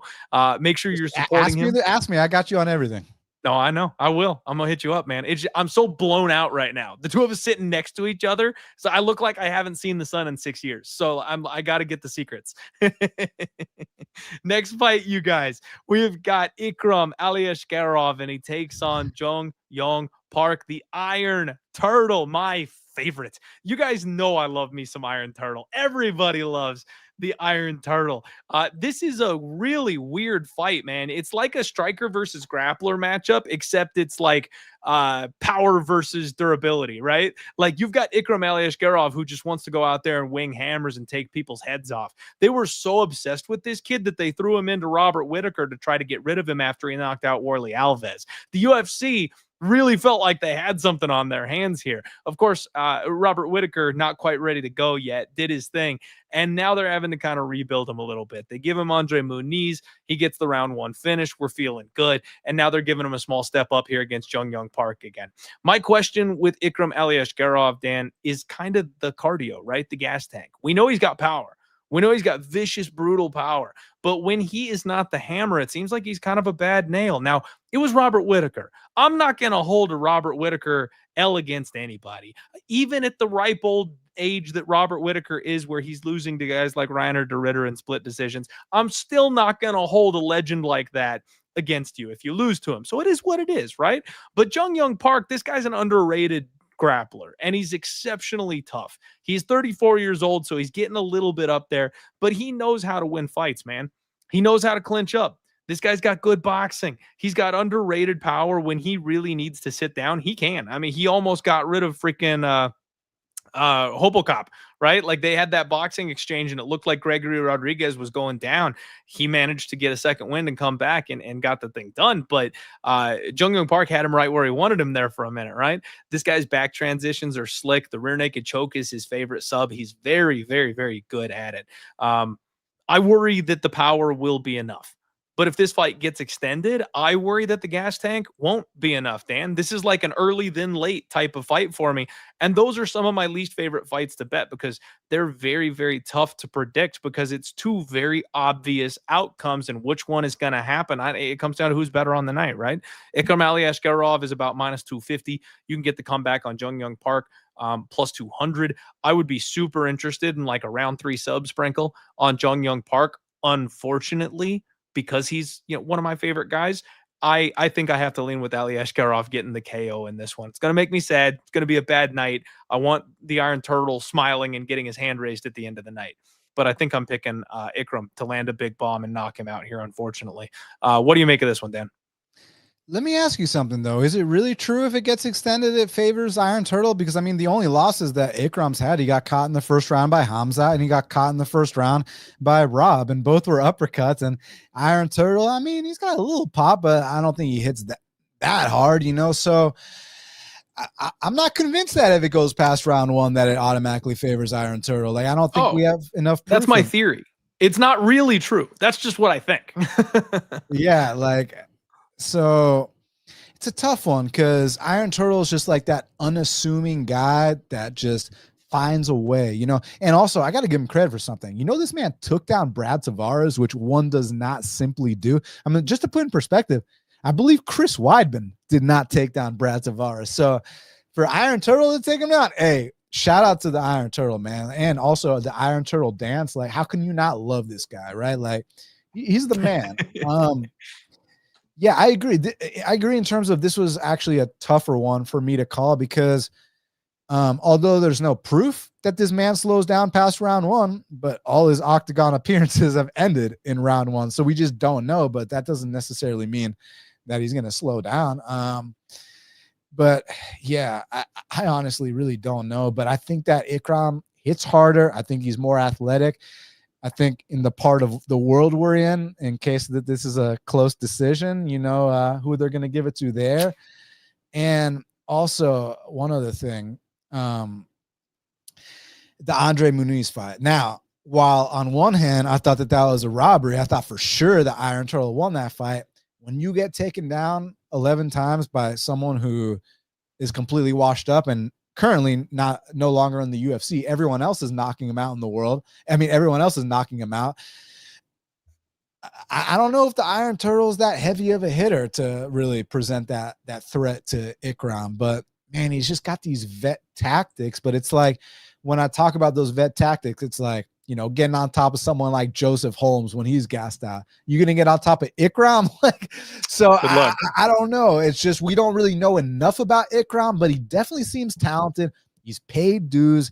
He doesn't have the confidence of the undefeated fighter, you know, that delusional arrogance. He knows that, hey, like, I'm not invincible, man. Like that level of humility is super important, especially as you're rising up the ranks and fighting these established UFC vets like the Iron Turtle. So I think this could be Ikram's, you know, breakthrough performance, but that remains to be seen, because whenever you count out a guy like the Iron Turtle, he surprises you. But like in his last fight, he got outstruck by Austrian Wonder Boy Nardiev, but he had to resort to takedowns. Can he resort to takedowns here against Ikram? I highly doubt it. So yeah, I think I got to go Ikram in this spot. I'm not sure if it's going to be an early knockout or not. I think that this one might get extended a bit, but regardless, I'm going to take Ikram here, and all love and respect to the Iron Turtle, who's like a cult favorite, you know? Absolutely. Couldn't agree more, man. And that is one thing that we have maybe not made a big enough deal about. You know, we're over an hour in live on the show here at this point, coming up on an hour and 30 minutes. We forgot to mention that this fight's in Abu Dhabi, man. It's a pay-per-view. It's UFC 321, but it is, in fact, in Abu Dhabi. And we're coming off UFC Canada, where we saw some of the most insane shit we've ever seen. Man, in Abu Dhabi, I saw a doctor tell a guy who got his balls destroyed that he was fine to get back up and get back in the cage one time, right? So they do some crazy stuff over there sometimes too. So you could maybe get a couple of greasy decisions. It seems like if you've got a beard and a fuzzy hat, you just don't lose decisions out there either. So something to bear in mind in some of these fights as we move forward. All right, guys. Next fight on the docket is Nasrat Haqparast taking on Quillan Salkilld. Oh boy. Dan, okay. So Quillan Salkilld is an extremely hot prospect right now. Coming off Dana White's Contender Series, you have got a lot of people hyped on this kid. 9-1 out of Australia. He's just 25 years old. He's very tall. He's very long. It seems like he knows how to use that reach very well too, which is something that, you know, some of these guys don't do very well. But his UFC debut win, Anshul Jubilee. Kind of the laughing stock of the UFC at this point right now. And actually, what I'm just, you guys know how bad I've been the last 2 years. I bet Anshul Jubli that night, Dan. I'm not sold on Quillan Salkilld, right? Anshul, we found out, is just a absolute complete fraud. But I thought he was going to have a well-rounded enough skill set to beat Quillan Salkilld. There was a physicality difference there that I was not ready for. Like, Salkilld one-punched the dude dead. He comes back against Yanel Ashmoz, and I'm like, you know what? Everyone's piling in. I'm a Yanel guy. I like Yanel. I feel like Yanel Ashmoz is a little bit underrated. So I'm not touching this one. I learned my lesson, so I'm not touching this one. He beat Yanel over 15 minutes. Very good performance from him. Took the whole time up. He's got an even number, 3 KOs, 3 subs, 3 decisions. So this guy is well-rounded. His chin checks out. He's got good pace. He's got good cardio, good finishing instincts. It's like, damn, was I wrong? You know what I mean? I'm like, I feel like I saw holes in this kid's game. I don't like how hittable he is. I don't like his chin's been checked out. We've seen that because he's willing to get in there and get hit sometimes. But it seems like he's the goods at this point, right? But he's getting a massive, massive leap up in competition here, going from Anshul Jubli and Yanel Ashmoz to Nasrat Haqparast. 18-5, 30 years old. This kid is on a bit of a tear right now, except his last 2 fights come by semi-questionable split decisions. Nasrat's the volume king, Dan. He doesn't have a ton of power, but he's got fast hands. He's got good boxing. He is accurate, and he puts up volume numbers. If you're not ready to go, if you haven't packed your lunch, like, this kid will box you up over 15 minutes, no problem. And then if you've got a questionable chin, Jamie Malarkey was his victim, and I cashed in real well that night. I called the KO that night. Knew he was going to touch him, and it wasn't going to be about the power. It's going to be about the speed, right? If you've got a questionable chin, if you've got questionable durability, and this guy can touch you on the jaw 90 times, it's going to happen. Like, there's nothing you can do about it. So this fight is very interesting to me because at a close number, I wonder, is this the spot where Quillan Salkilld gets that vet lesson? Everyone's high on this kid. He's got a lot of advantages. But at the end of the day, there's a ton of experience on the other side of this fight. There's a lot of hand speed on the other side of this fight. I'm tempted to maybe buy low on Nasrat Haqparast here at the even money price tag, baiting the hype of Quillan Salkilld. But I made that mistake once. Yes, I did it with a terrible fighter. This is a bit of a different situation. But Quillan's already beat me and kicked me in the nards one time. So, man, I'm going to lean with Nasrat Haqparast. Not sure if I'll get to the window, though. No, I respect the pick because this is a step up in competition. There's no question about it. He's never seen anything like this, and Nasrat Haqparast has been paying insane amounts of dues. I mean, this guy's been in there with some of the best guys in the division, the Dan Hookers, the Bobby Green at the time, most recently the Ribovics fight, and the volume, like you mentioned, that Nasrat's been putting up is really just something to really respect. And if you're not ready to go at a ridiculous pace for 3 rounds, he's going to expose that. But I actually do think there's something very special about Quillan Salkilld, and let me tell you exactly what that is. So you talk about Nasrat's volume on the feet, which absolutely should be addressed, but let me talk to you about something else. In Quillan Salkild's Contender Series fight against Gage Yong, who's currently a UFC fighter, this man secured 9 takedowns, but hold up. But wait, there's more. He attempted 22 takedowns. Okay. That is a lot. And this man's 6 feet tall, so he already has a hard body type to deal with at 155 pounds. If you can attempt 22 takedown attempts in a UFC fight, that weaponized cardio, that's something, to definitely take note of. And then you fast forward. Well, actually, let's not fast forward yet. Let's address what happened when he got a ridiculous step down in competition. How did he treat him? He treated him like he didn't belong. He treated Anshul Jubli like a fighter from India, So then he gets the next fight, and let me pull up against my boy JB, against Yanel Ashmoz, and check it out.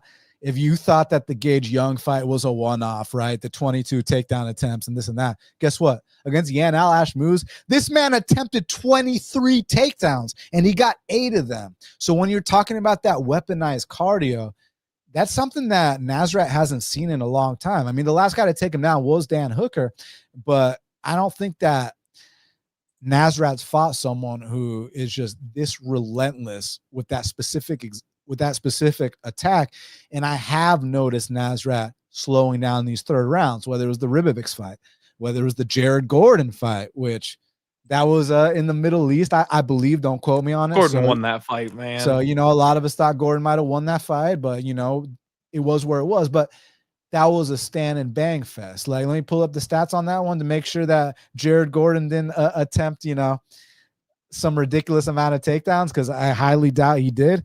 But again, man, when you're attempting 22 to 23 takedowns in multiple fights, like, that is just the kind of stuff that sets you apart and really makes you stand out. And that weaponized cardio goes so far in this game. You look at Fluffy Hernandez, and there's a lot of other fighters that you know, Merab Dvalishvili, you know what I'm saying? And so again, could it be first UFC L time because Nasrat is just that much more experienced? And not to mention, that left hand of Nasrat's is a goddamn nuke, man. You know what I'm saying? It's a missile. So, yeah, I'm not going to be surprised if Nasrat puts him down, but I'm also not going to be surprised if Quillan rises to the occasion against the toughest guy he's ever fought, the biggest step up in competition he's ever been in there with, and implores that weaponized cardio that really separates him with that 6 foot tall frame. This guy's like a scarecrow that doesn't stop, man. And I know, again, you got to respect the veteran credentials of Nasrat, absolutely, but I think I might have to take a little flyer on the potential of Quillan here, because he's showing me something special, and I think his finished product is a future top 15 guy, because what he does is something that other people simply don't do. So I think he's earned the step up in competition, man. I mean, like, you saw how he's handled the lower tier guys. Okay, now's your chance. And they've been testing these prospects against Nasrat. You know, Ribovic's got the Nasrat test.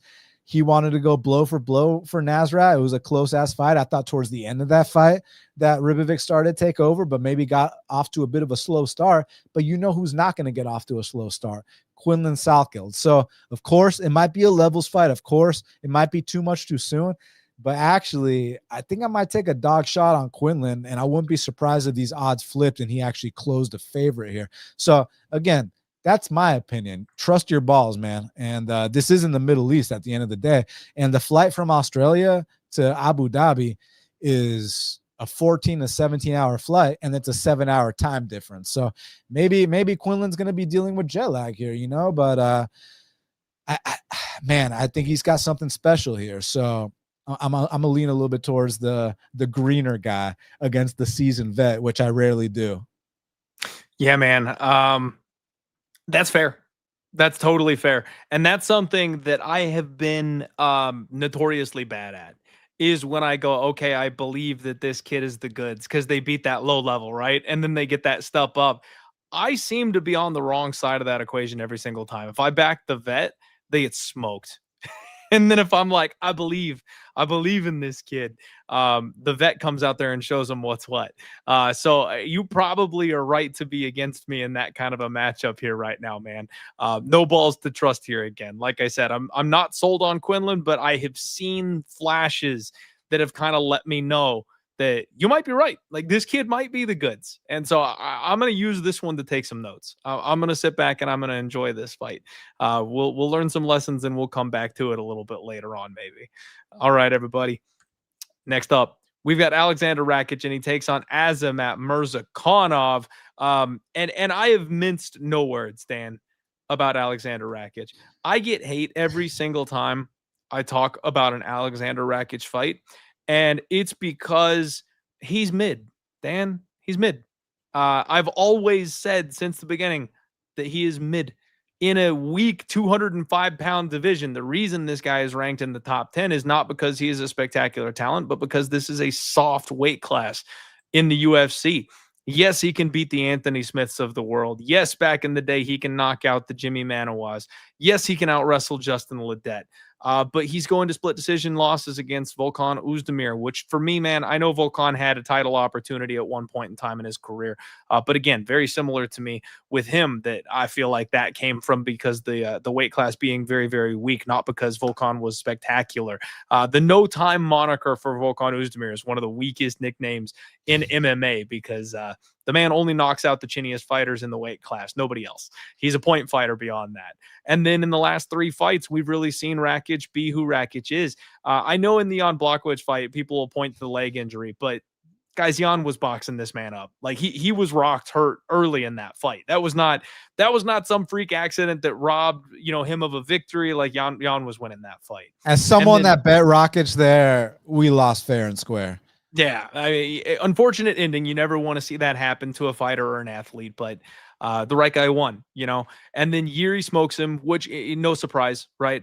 Magomed Ankalaev beats him up, no surprise. This guy can do everything well. Dan, he will trash me. You know what I mean? He will turn me into a pretzel. He can wrestle. He's got jiu-jitsu. He's a good striker. He's very physical and strong. He hits pretty hard. Like there is nothing that you don't have a checked box on for Aleksandar Rakić. He's just not elite anywhere. And that's why I call him mid. He's a guy who's going to be a gatekeeper. He's going to float around the top 10 to 12, right? Like he's not going to be a guy that challenges for a title. The best of the best are going to smoke him. That's just what it is. He's now 33 years old and he's had a bunch of injuries. It's just not going to happen for Aleksandar Rakić at this point in his life. Now, Azamat Murzakanov is a guy who confuses me because they say he's 36 years old, but the guy acts like he's, 28 with the amount of power he's got. My God. Completely undefeated at this point, 15-0, and just smoking people in the UFC, man. Now, this is, again, a big step up in competition, though. Fought Devin Clark, fought Alonzo Menifield, fought Ribeiro, knocked them all out, but there are moments in those fights, Dan, where he doesn't look great. There's moments in those fights where it looks like he kind of doesn't got it, and then he lands the big one. And yeah, like JB said in the chat, he's sneaky old. The Dustin Jacoby fight, he's getting taken down by a kickboxer. Now, you could flip that and say, well, he's making a kickboxer wrestle. And maybe that's true. Maybe that's the right way to look at it, right? But if you're giving up takedowns to Dustin Jacoby at this point, but I got a question. Context. First 2 rounds, Murzakanov got knockdowns in the first 2 rounds, and every knockdown is an adrenaline dump. He didn't finish him. So by that 3rd round, he was gassed. And then Jacoby was able to get some takedowns in that 3rd round. So it's not like Jacoby came out from round 1 and is like grinding this guy out. No, Jacoby had to go through hell and back to be able to take down a gassed out Murzakanov in the 3rd round. And that's absolutely fair. You're correct. The context is needed here for sure.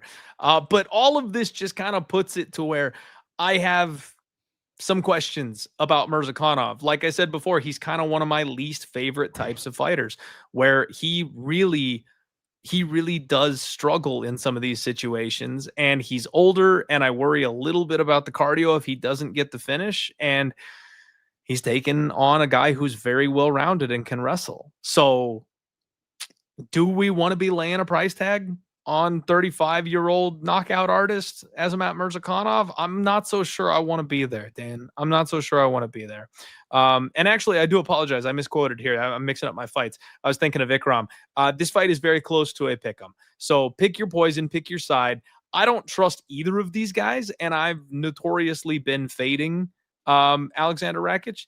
So I can't be the guy here. I'm not gonna flip sides here and try to say now I'm betting on Aleksandar Rakić, right? When I've been trying to get against him for the last 2-3 years. So I will lean with Murzakanov, keeping the KO streak alive, staying undefeated. But I don't love it. True or false? Rakić has 0 wins over anyone currently on the UFC roster. Ooh, I'm gonna say true. Correct. His last win was against Thiago Maeta Santos, possibly pre-pandemic. Don't call me on the pre-pandemic part, but the first part is true. Yeah, he doesn't have any wins over anyone currently on the UFC roster. But here's my thing with Rakić. I mean, like, the guy's got the size, the physique, like, he's got the tools. Like, I mean, what doesn't he have? I mean, the mental, first of all, but like, you'd think that this guy would have made it to a title shot by now with his physical gifts. Every time you see him, he's jacked like it's no one's business. And the way that these two are going to look, you got the 6'4" guy who, I'm not going to make accusations, but in my humble opinion, has clearly been harvesting the garden of life fruits and vegetables in a way where, and then Murzakanov's like the short, fat, bald guy, right? So it's like, if you show like your girlfriend, like, hey, who's going to win between these two? It's obviously Rakić, right? But like the way Rakić fights, he's like so risk averse, and it's just really like, it's like, man, if you could just give me this much more effort, I feel like, yeah, when his kicks are hard as hell, his punches are there, his takedowns, like he could be the complete package, but he just doesn't put it together. There's like something missing. I've been saying this for years, and I can't point my finger on it. It just doesn't click for a guy like that. Like, he'll have great moments in fights, but like the complete performances aren't there. And then you look at his last few wins, 50-50 fight with the ghost of Maheta, like against Anthony Smith, you lay on him in a main event to the point where Dana White's walking out in the midst of the main event. And mind you, Clint, this was a 3-round main event because it was last minute. And like, you're like putting everyone to sleep against the ghost of Anthony Smith. Like, come on, man. Like, the last time he knocked something out was Jimmy Manoa pre-pandemic. You know what I mean? And let me tell you this. Here's another issue I have with Rakić. This guy's got tall man's defense. He exits the pocket with that chin straight up in the air. True or false? Devin Clark dropped Rakić. Oh man. I hate Devin Clark. I didn't go back and rewatch that fight. I'm going to say true just because we're hating on Rakić right now. Very true. Floored his ass. And it's like, yeah, man. So here's my thing with Murzakanov. Obviously, to be a welterweight at 205, like, hey, man, this guy's got big balls. He's got my respect. He's the man. And he's a nice little bouncy southpaw, especially while he's fresh. And that's the key here, because in that first round and a half, when he's really letting it go, man, he's hell on wheels. The timing for that overhand left, his right hook. And for a short dude for that weight class, he's got, like, his setups for that knee against much taller opponents, I'm very impressed with. The issue is, since he's in the wrong weight class, he's fighting these specimens, he does tend to slow down as fights progress. But to, again, put context on it, my man, like, you look at the Jacoby fight, which you referenced. Yeah, Jacoby was having a little takedown success in the third round, but that's after, Murzakanov dropped him in the first 2 rounds. Big adrenaline dumps. You drop someone, you think you're about to finish them, you don't finish them. You got to pace yourself. So, yeah, Murzakanov. So, look, if Murzakanov gets past this, I feel like we're really going to have to worry about those kind of things when he starts entering guys in the top 5 who will absolutely expose. Like, if he goes against Yuri, forget about it, right? But like, here with Rakić, it's like Rakić is so risk averse, and I feel like Rakić is surrounded by yes men. You look at that Ankalaev fight where he's running away the whole time, he's getting outclassed the whole time, his output gets lower every single round, and you got his coaches telling him, you're up 2 rounds, and then at the end of the fight, he's putting his hands up like he won the fight. Then he's putting like post on Instagram talking about like, I went toe-to-toe with the number 1 guy in the world. No, you didn't. You got walked down and picked apart by the number 1 guy in the world. And I just can't with Rakić, man. So my concern is that if he's still standing by the 7-minute mark, that, Murzakanov starts to slow down. Rakić kicks hard. Rakić has takedowns. Rakić has tools. But does Rakić have a functioning brain with fight IQ, and does he have heart? That's what I'm wondering. But man, I think Murzakanov's going to come out here and possibly floor him in the first round and a half. Now, a great question by Glimbot. Rakić immobilize Murz with leg kicks and wear him down. Great question, but the thing there is that Murzakanov's a southpaw, so it's going to have to kind of be those inside leg kicks, which are kind of harder to get. You can get checked really easily with those and break your foot. Remember a fight between Jose Aldo and Korean Zombie. And then the other option is going to be the lead leg kicks, which aren't as hard as Rakic's rear leg kicks. So I'm curious. So what I'm thinking, Glenbot, is rather than getting chopped down with leg kicks, I think that Rakić has more success with body kicks and possibly with high kicks because of the height difference in this spot. But where Murzakanov has success is cutting off that cage and putting the pause on Rakić and capitalizing on Rakić exiting the pocket with that chin up in the air. And now you got to question where Rakic's confidence is at. The guy's coming off 3 straight losses, 2 of them demoralizing losses.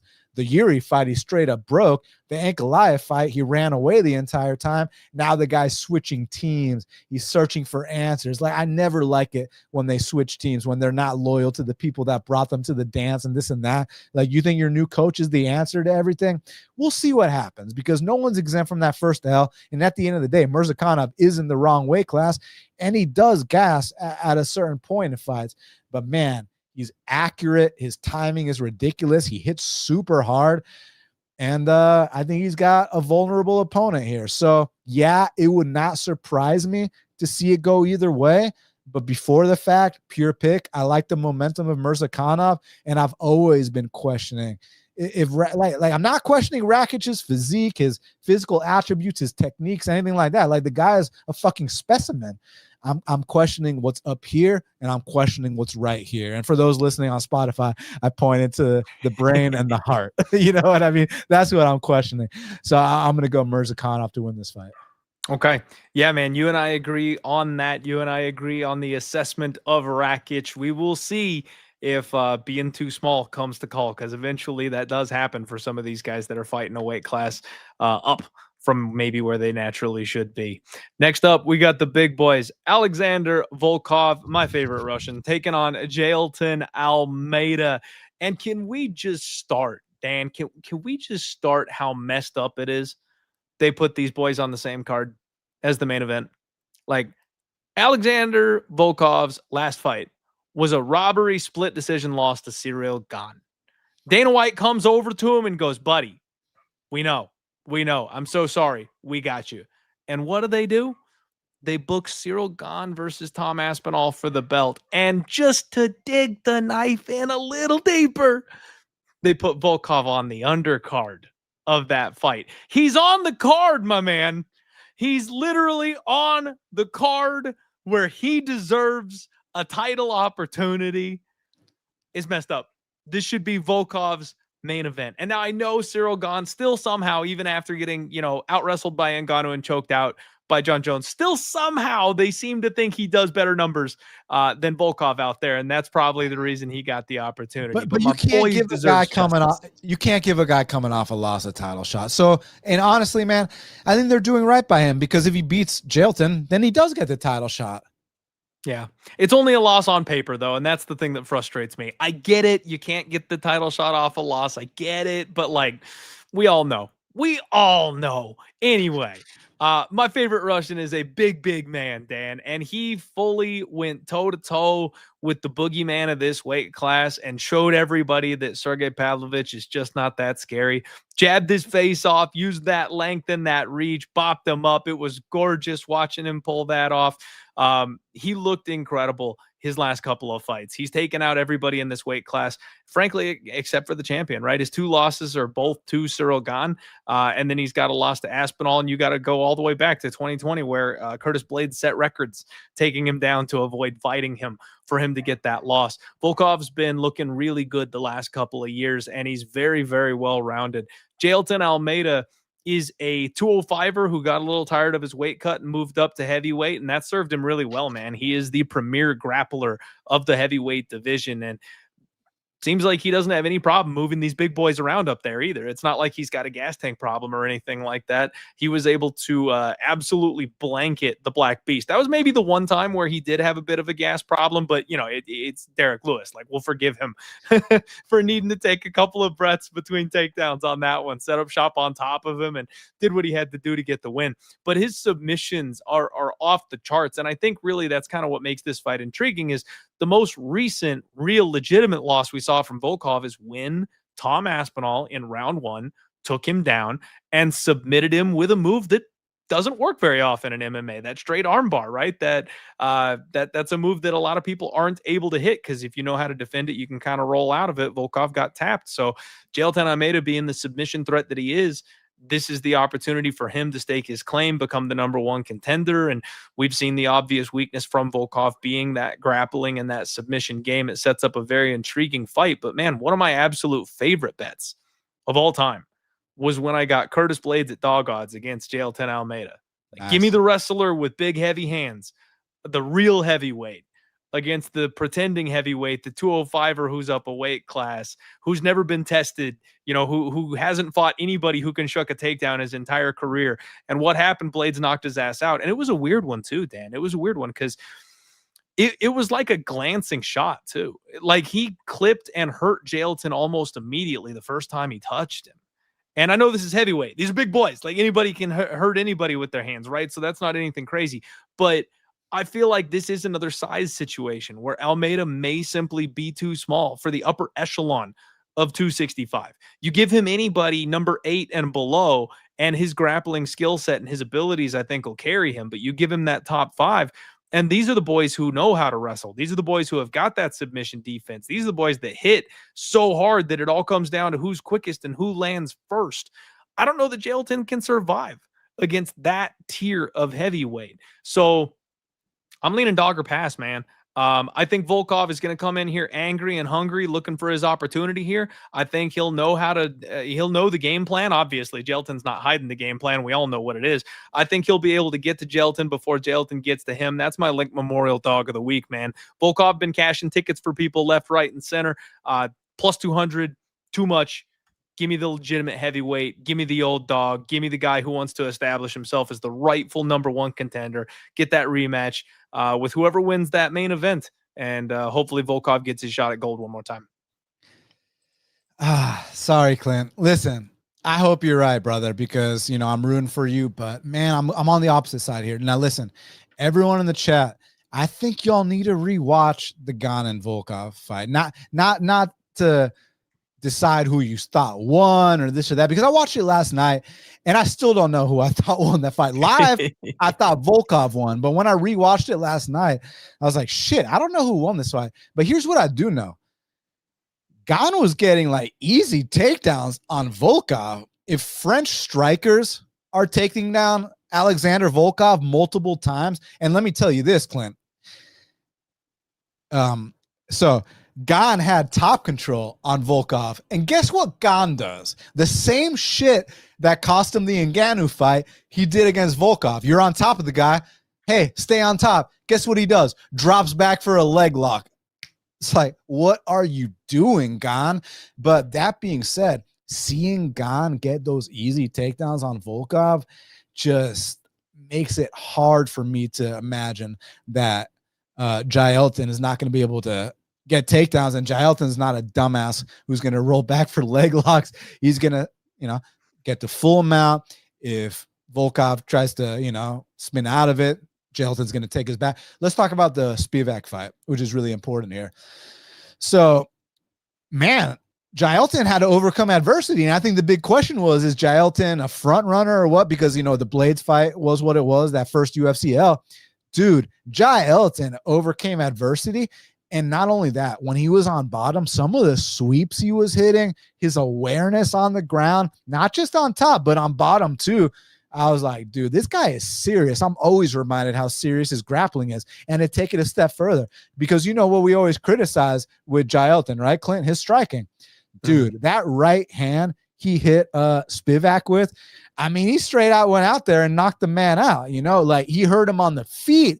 And then when they got it back to the ground, that's where he, finished him off with ground and pound. But people have a misconception. They think that Jailton took down Spivak and pounded him out. That's not what happened. They got back up on the feet from a scramble, and Jailton rocked Spivak with a nice right hand. Then he starts teeing off on him. And then when they get to the mat, that's when Jailton pounded him out. So I saw big maturity improvements from Jailton in that Sergey Spivak fight. Overcome adversity. Doesn't matter if he's on his back. I mean, some of the ways he was using the deep half guard and using that to set up other kinds of sweeps and transitioning to the back. And one time he even fell off the back, ended up on his back again, and still reversed that, gets back up to his feet. And yeah, and then go back to Volkov and Gane. You just cannot be giving up those easy takedowns and making rookie mistakes like going for guillotines when you're not a guillotine guy, and then going for guillotines and not letting go of them when you're like in like side control and half guard. It's these rookie mistakes that someone like Jailton Almeida is going to make you pay for. So, of course, I'm rooting for you. You're my guy. But I think Jailton Almeida is going to come out here and tap out Aleksandar Volkov. Okay. All right. Now, I will say, Dan, I don't have a total yet on this one, but I like violence. I think there's plenty of finishing opportunity on both sides of this fight. I don't know if we'll get a 1.5 or a 2.5 when it drops, but under may be a better look than money line on this fight. Yeah, I'm curious what it is. It'll be fun to see when that one drops. All right, guys, it is time. It is time. The resurgence of Cousin Umar. And he takes on public enemy number 1, Mario Bautista. It's time for bantamweight action. And you guys know that means I am locked in. Now, I first off have to go. Where's my crown at? Where's my crown at, son? Oh, the man asked for it. Here we go. There we go. I am your bantamweight king, ladies and gentlemen. And it is Umar's season. It has always been Umar season, Dan. My man was a 30-second window away from being crowned bantamweight champion and cashing one of the biggest futures bet I've ever made in my entire life. I fully expect Umar to be locked and loaded 2.0, come in here and win this damn thing. And unfortunately, I do think there will be an amount of people who lose their money taking the shot against him, the non-believers, and they should be punished for their transgressions, Dan. If they bet against my guy Umar here in this spot, they deserve to lose the money. But Umar, you guys, one thing I want to just point out, again, I'm not the best market reader in the world. You guys know this. But Umar is a massive favorite over the champion, Merab. Loses the fight, breaks his hand, takes quite some time off to heal up.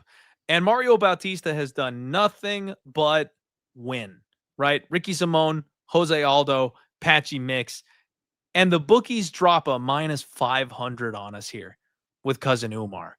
I mean, Dan, to me, that just screams they know what's up, right? They're not looking at this and going, Umar coming off a loss, we'll make him, -190, -210, right? They're saying Bautista is nowhere near this level. That's what that number says. And I was the foremost aggressor of Patchy Mix. You guys know this, right? I beat the drum. I've gone viral multiple times because of how wrong I've been about Patchy Mix recently. And that is Mario Bautista's arguably best win, because the Jose Aldo split decision is one that many of us feel should have gone the other way, right? So this guy still has yet, in my opinion, to be truly tested. He's very good. He's very good. I will fully give Mario Bautista all of his credit and all of his flowers, you guys. I have never gotten over cashing a ticket on Trevin Jones against Mario Bautista. I kind of pinned this guy as not being as good as people were saying he was way back in the day. Dan, I thought he was a little on the chinny side. And so I took a flyer on Trevin Jones and a flyer on Trevin Jones by KO. And when I was right and vindicated about that all the way back in 2021, I lost on Mario. So props to you, brother. Thank you, my friend. But that's long in the hindsight, right? Because since then, Mario's done nothing but win. The guy has rounded out his skill set. He's become a legitimate threat in this weight class. But that burrowed in my brain like an RFK Jr. brain worm. It's been sitting in there that he's chinny. Remember that time I cashed a ticket? The voice, it's the devil on my shoulder. It keeps whispering to me. And so I've lost money since then trying to fade Mario Bautista with better fighters. Jose Aldo couldn't knock the guy out. I was certain that was happening. You know what I mean? So we've got to give Bautista his props. But at the end of the day, this is a levels fight. Umar is better than Mario Bautista everywhere, ladies and gentlemen. He is the better wrestler. He is the larger human being. He is the better kickboxer as well. And that's something I think people don't give Umar enough credit for, is his kickboxing ability. You go back to the Becksat and the Corey Sandhagen fights, and those guys were literally just not in those fights. He was so incredibly able to pick them apart no matter where that fight went. he is another level. When this man gets his next opportunity at Merab, the belt will change hands, Dan. He is the future of this weight class. It's just a matter of time. Cousin Umar is inevitable. But I don't want to. I'm done with the anchors, Dan. I learned my lesson, right? After a couple of misses and the anchor completely ruining my night, this would have been the spot, right? If I had won my anchor on Patchy Mix, I probably have the capital to come out here. But Clint, Umar Nurmagomedov, Patchy the fraud mix. I mean, come on, it's not even comparable. No, but it's about capital. It's about what's in my wallet at this point. Oh, okay, so if I had the fluid funds after winning, which I should have, Patchy Mitch should have gotten that decision. But so if I had the cash, we'd be anchoring Umar Nurmagomedov this week. But the anchor is retired due to my L's, so we're not doing that. But yeah, it's Umar season, man. It's Umar season, and frankly, I wouldn't be surprised if Old Faithful Mario Bautista is a little bit chinny. Maybe kind of raises its ugly head, and Umar kind of lets everybody know on Saturday. What do you make of this fight, man? Well, I don't want to call Umar chinny, but don't forget Bescat floored him. But let me say this. I heard from my boys at ATT that Bescat's been flooring dudes in the gym too, and that if Bescat can't do anything else, Bescat can crack.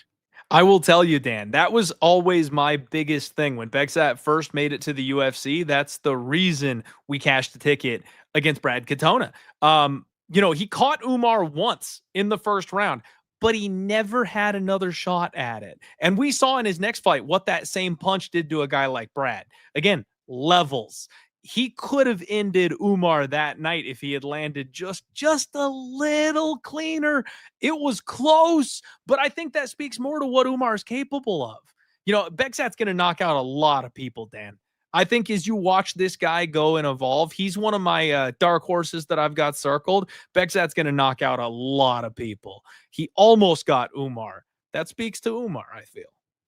Oh, no doubt about it. No doubt about it. But it also shows that Umar is human, He is human, yes. And listen, I got to give Bautista a lot of credit for this 8-fight win streak, I believe. Like, damn, dude, like quiet 8-fight win streak. Now, granted, some of the competition's been a bit softer, but he's been doing exactly what he needs to do. And some of these fights have been awesome. The Blackshear fight was great. Aldo fight, not so great.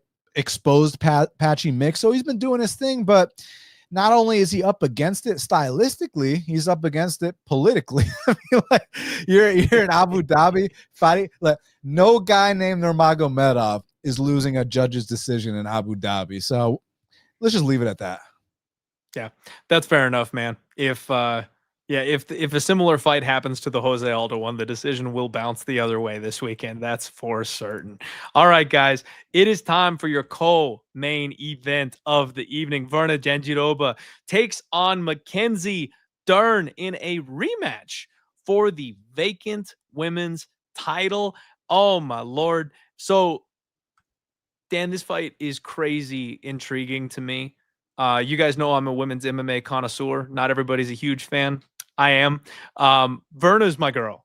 I've loved Virna freaking forever, man. And this feels very reminiscent of when Michael Bisping won the belt.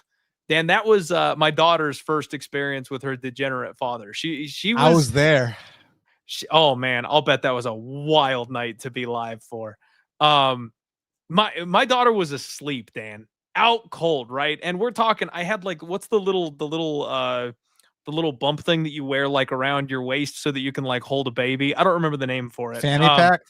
No, not fanny pack. It's like a buggy, or it's like some baby word. You know what I mean? But it's like an inflatable little tube that you wear around your waist, so it's not heavy to hold the baby while you're sitting there for hours, right? She's out cold. She's dead asleep. I mean, we're talking less than a year old. And so I can't wake her up. Bisping gets the knockout. And I, of course, being the degenerate I am, had money on him. I stand up and I have the silent scream. You know what I mean? Where I'm like, yeah. Because if I wake up the baby, my wife will absolutely murder me. But I couldn't help it. I was too excited. I still had to let it go at least a little bit. This feels like that to me, man. I'm like, Virna has paid her dues over and over and over again. She is incredibly skilled. She's incredibly talented, and she just never gets the recognition for how good of a fighter she is. And you can't teach an old dog new tricks, but Virna was a BJJ black belt who learned how to wrestle, who learned how to box, and who started knocking people around the cage with her fists instead of just using her submission game. So she is completely altered and evolved and grown. And finally, she gets her shot, right? This is the kind of person who the UFC at all costs would keep away from a belt. She's not young enough. She's not attractive enough. She doesn't have the hype. Like, that's the kind of person they don't want touching gold. And so I'm happy for her that she will, in fact, get to the point that, you know, she's got a shot to maybe touch gold this weekend. So I love Virna. I'm rooting for her. I can't wait. And I love how nasty she is on the mat. She's matched up with Mackenzie Dern. Mackenzie Dern, who's 15-5, who's 32 years old, who's a lot younger, who also similarly has been making big improvements. A BJJ player who's learned how to box. You know, she's got a little bit better at her wrestling grappling as of late. That always used to be the knock on her, as you could take her down. She was willing to play guard, and she wouldn't even get back up. Well, now it's not quite the same thing, and now she's hurting people on the feet when she gets the opportunity to, right? This is a great fight. Now, it is a rematch. Their first fight was years ago, but what do we know about rematches? Usually whoever wins the first fight wins the second fight. Usually the younger fighter wins the rematches. And unfortunately, that has me picking Mackenzie Dern over Virna. I will be absolutely rooting my ass off for Virna Jandiroba in this fight. I want her to win this fight. But man, I can see Mackenzie Dern's evolution in her boxing being the difference here.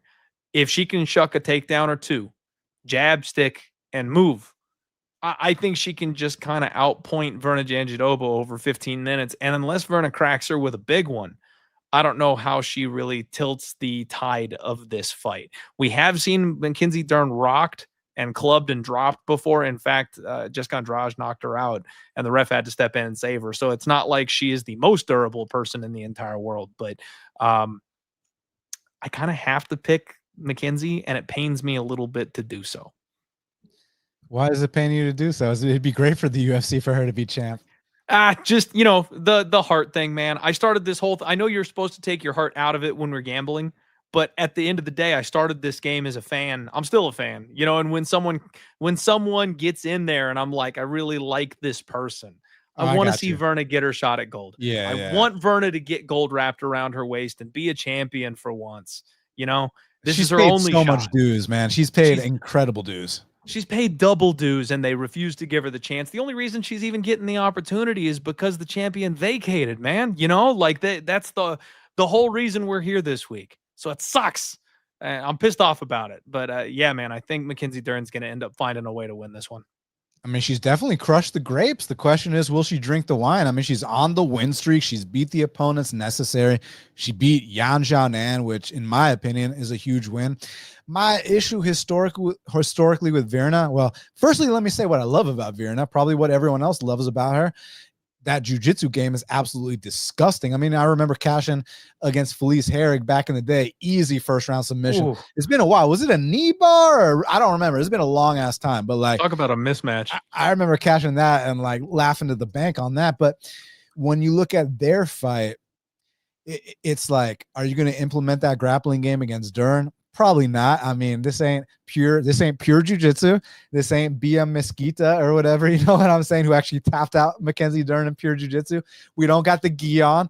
And Mackenzie's been working on her hands. I'm not saying that her hands are good enough to beat a Xiaonan or, you know, any of the actual strikers in the division, but against Virna, I think that she will have success here. Now, don't forget Virna. Did you remember when Virna went out there and rocked Amanda Hebosh badly? Now, Amanda Hebosh doesn't have the best chin. I think we know that. But still, my girl Virna, when you start sleeping on her hands a little bit, she'll let them go. But the issue I've had with Virna long-term is that if she can't get that early submission, she tends to fade as fights progress, especially when there's resistance, right? Like, yeah, she's won a few decisions recently. So what am I talking about? She hasn't gassed in those fights. Yeah, but those fighters didn't have the grappling credentials of Dern and didn't have the answers to make Virna Jandiroba work, right? Whereas we've seen Dern late in like wars against Yan Xiaonan, against Marina Rodriguez, doing good like in the 4th and 5th round. Like, so yeah, I think that all signs point to Dern coming out here and winning this fight. So but again, all respect to Virna. I think she's earned this title shot. I'm a fan of hers, and I'll always respect someone like her who, you know, never sold out her soul and is always knows exactly who she is as a fighter and who she is as a fighter. I mean, that jiu-jitsu is not to be fucked with, but the thing about it is you're fighting someone else whose jiu-jitsu is also not to be fucked with, and that person has better striking than you, is a way younger than you, and has a better gas tank than you. So yeah, I'm gonna go with Mackenzie to win the belt as well. Okay, man, that makes a ton of sense to me. Shout out my guy Barry Long for yet another dono. Barry, you're an absolute animal tonight, my man. Virna is gonna dog out Dern. Dern is drinking in hot tubs. Hold on. I saw that, bro. She's drinking she's drinking water. Let's chill out. Let's just pause though, because I came prepared. I'm actually glad Barry teed this up because I'm ready for this one, man.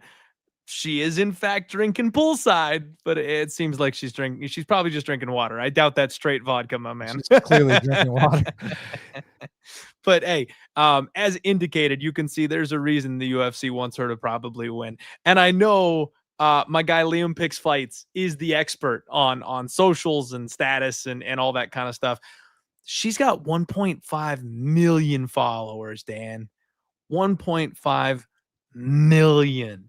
And she just dropped a new t-shirt, which I let everybody know. I was like, boys, like, if we're not all rocking up in the Mackenzie Dern championship fight t-shirt, like, what are we doing? If we're not all rolling up to the UFC 321 together wearing the same t-shirt, like, what do you can't roll with me. You're not in my party if we're not doing that kind of thing. So, man, at the end of the day, I think Dern probably is just the new age. You know what I mean? Hate to say it, but I think Young Dog is going to win this one.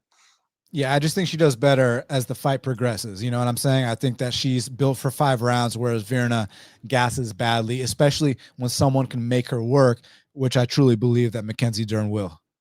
Yeah, completely agree with you, man. Completely agree. And I think the hands of Dern is something that people kind of sleep on a little bit. She's improved big time, man. Her hand in speed, this matchup, it is not against real strikers, but in this matchup, it is correct. The one thing that worries me, man, I walk a fine line between enjoying when people are honest and they assess themselves well, and wanting people to have Anthony Smith levels of delusional self-belief. Right? That's a fine line for me, because I'm like, I appreciate it when you're being reasonable. But I also kind of need you to come out here and think that you could beat up Francis Ngannou on your best night. She talked about how if the champ had not vacated, if Zhang had not left the division, she said, I'm not ready. She said, realistically, I'm not ready to fight Zhang right now. And for me, like, just on a personal note, it's like, man, that kind of cheapens the belt a little bit, doesn't it? Like that. I know it's a different fight. I know it's a different matchup. They got to have a champion. They got to do it. They got to do it, et cetera, all these things. But that makes it real tough to be like, damn, dude, like, you're fully straight up like, yeah, I couldn't beat the champ on my best night tonight, but we're going to go fight for a belt anyway. Tough times. If you guys want to bet on Mackenzie Dern, like I do, check out cloudbet.com. Make sure you're using that promo and that link in the description below. As you can see, they're a little bit wise to it here, Dan. Her KO prop here, plus 412. You would think in a women's MMA fight, they would give you a little bit better than plus 412. So they probably kind of know what we're all talking about here a little bit, that the hands might have something to do with this fight. Regardless, everybody, it is main event time. Let us get after it. The heavyweight title is on the line for the first time in 5 years. We finally have a legitimate heavyweight belt where it can be unified, which is insanity. Tom Aspinall takes on Ciryl Gane. Oh my Lord. I'm just happy we're talking about it, Dan. It's been far too long. We've got a year and a half of Tom Aspinall's prime wasted due to the guy we're not going to say his name. He's like Lord Voldemort out here. I'm not going to say his name anymore. This man does not get paid by the hour. Tom Aspinall is a round one machine. And it's funny because he's treating the best heavyweights on planet Earth like regional scene guys. So I've got those questions in the back of my head of like, does he have cardio? I'm like, what happens if you extend Tom Aspinall, right? Like, I can't help but have those thoughts because he's getting these things done so quick. But seriously, he is running through everybody. Legends like Arlovsky, guys like my guy Volkov, right? Like Sergey Pavlovich, the boogeyman, Curtis Blades, 1 minute, 109. 113. Like, he is just destroying people. And his only loss is in 2022 where his knee blew out. Like, good on Curtis Blades. It was a hollow victory that wasn't real. They ran it back, and Tom Aspinall got his revenge, and we saw what should have happened. Like, that's crazy, this run that Tom is on right now. He's something special. It's kind of legendary what's happening. Ciryl Gane is big, and he's athletic, and he's fast, but he's 35 years old. And he's kind of a point striker these days, man. It's really weird. Like, he can sit down and land on people when he wants to. But if Ciryl Gane has his way, he wants to play defense. He wants to just kind of skate around the outside and stick at you and poke at you and not really get touched, right? The wrestling is obviously a problem. That's how Ciryl Gane retained his belt when the UFC was trying to get rid of him, by taking this guy down. John Jones handpicked this guy and was like, oh, I'm coming out of retirement to fight that bum. Like, he saw him getting taken down by Francis and was like, oh yeah, we're going to heavyweight, boys. So I have no doubt that if Tom wants to take Ciryl Gane down, he can. I also have questions about whether or not Ciryl Gane can take the punches of Tom Aspinall. Back in the day, man, I took a flyer on one Tai Tuivasa when he got his opportunity against Ciryl Gane. And we all know about round 3 Tuivasa. Tai had this man on skates for a minute there. Now, Gane was able to recover and counter and hit him back and did the damage, right? Got him out of there. But for a minute there, it looked like Tai was going to be the number one contender. So it's Tom Aspinall for me, Dan. I have a hard time believing that after all is said and done, he comes back from all of this and then drops the ball against Ciryl Gane. Now, minus 400 is a steep price to be laying at heavyweights, because with these guys, one wrong move, one slip up, one knee going the wrong direction, and it can be over. So be careful out there. I don't want to lay this kind of a price tag, but as far as the read goes, I think it's Tom Aspinall, and I think it's probably Tom Aspinall round 1, right? Yeah, listen, anytime you see a plus 300 on a fighter of the caliber of Ciryl Gane, I completely understand why someone would be tempted just on principle, because let's be honest, this guy is an elite heavyweight. He's a former interim champion. He's been in there with the best of the best. So I think he has to be respected. He's a very skilled guy.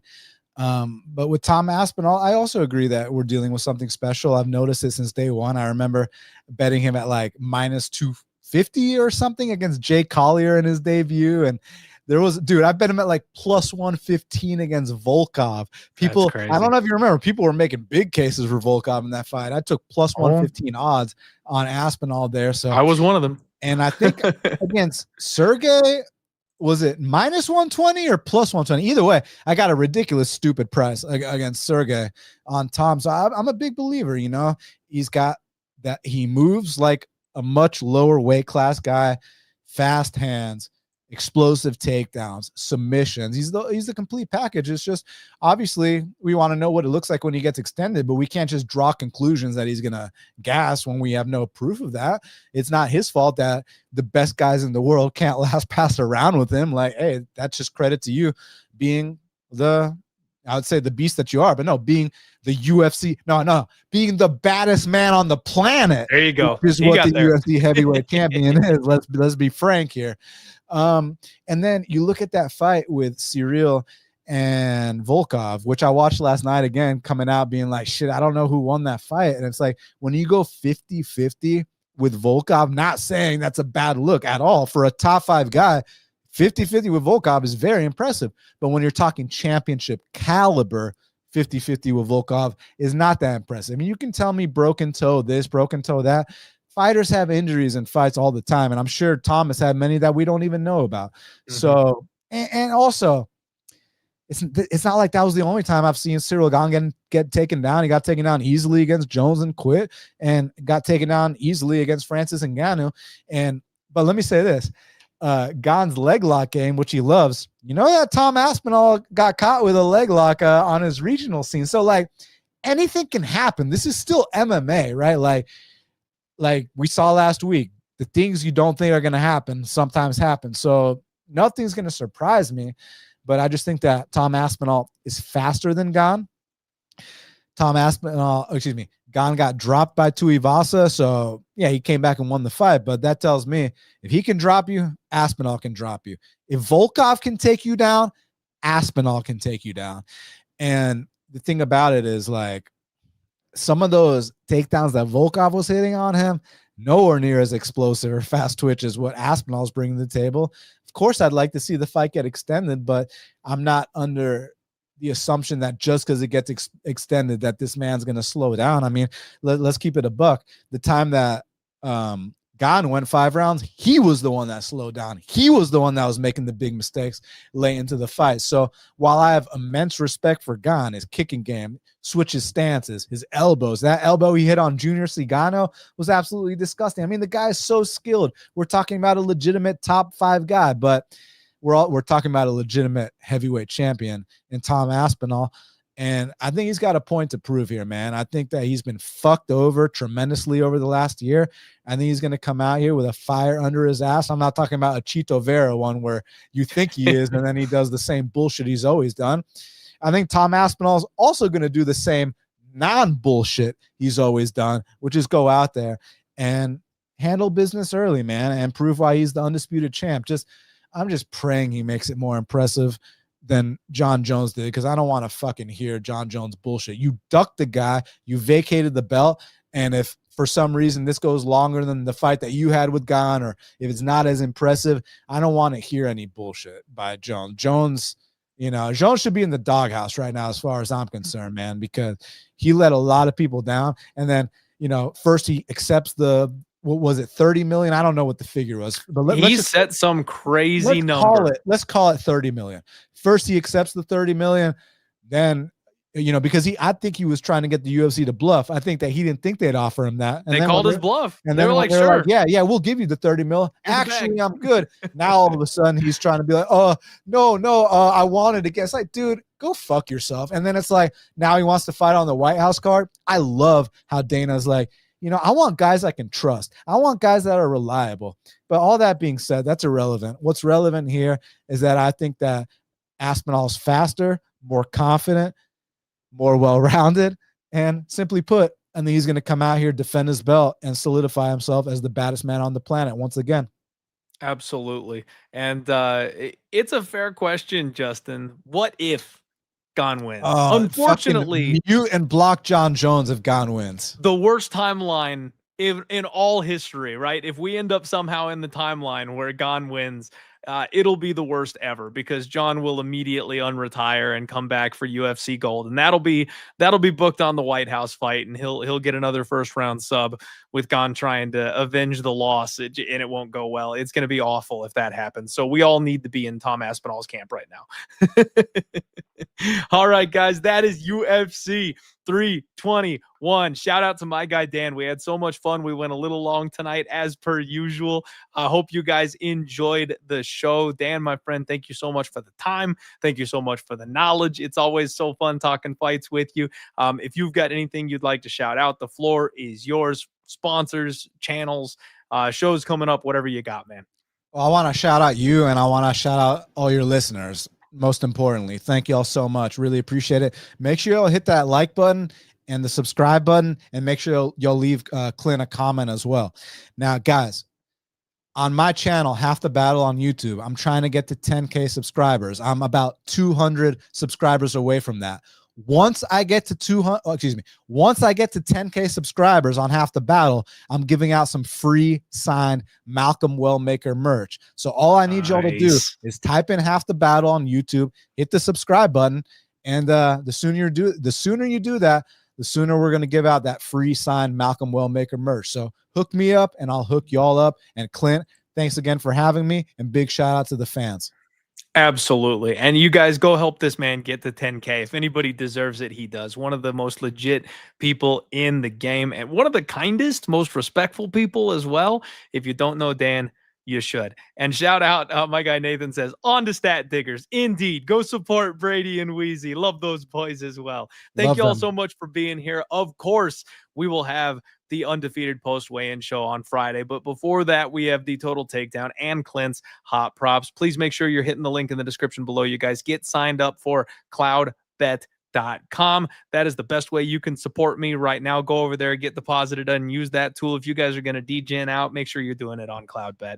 Appreciate you guys. Love you guys. Good luck in all of your degenerate gambling, and let's roll.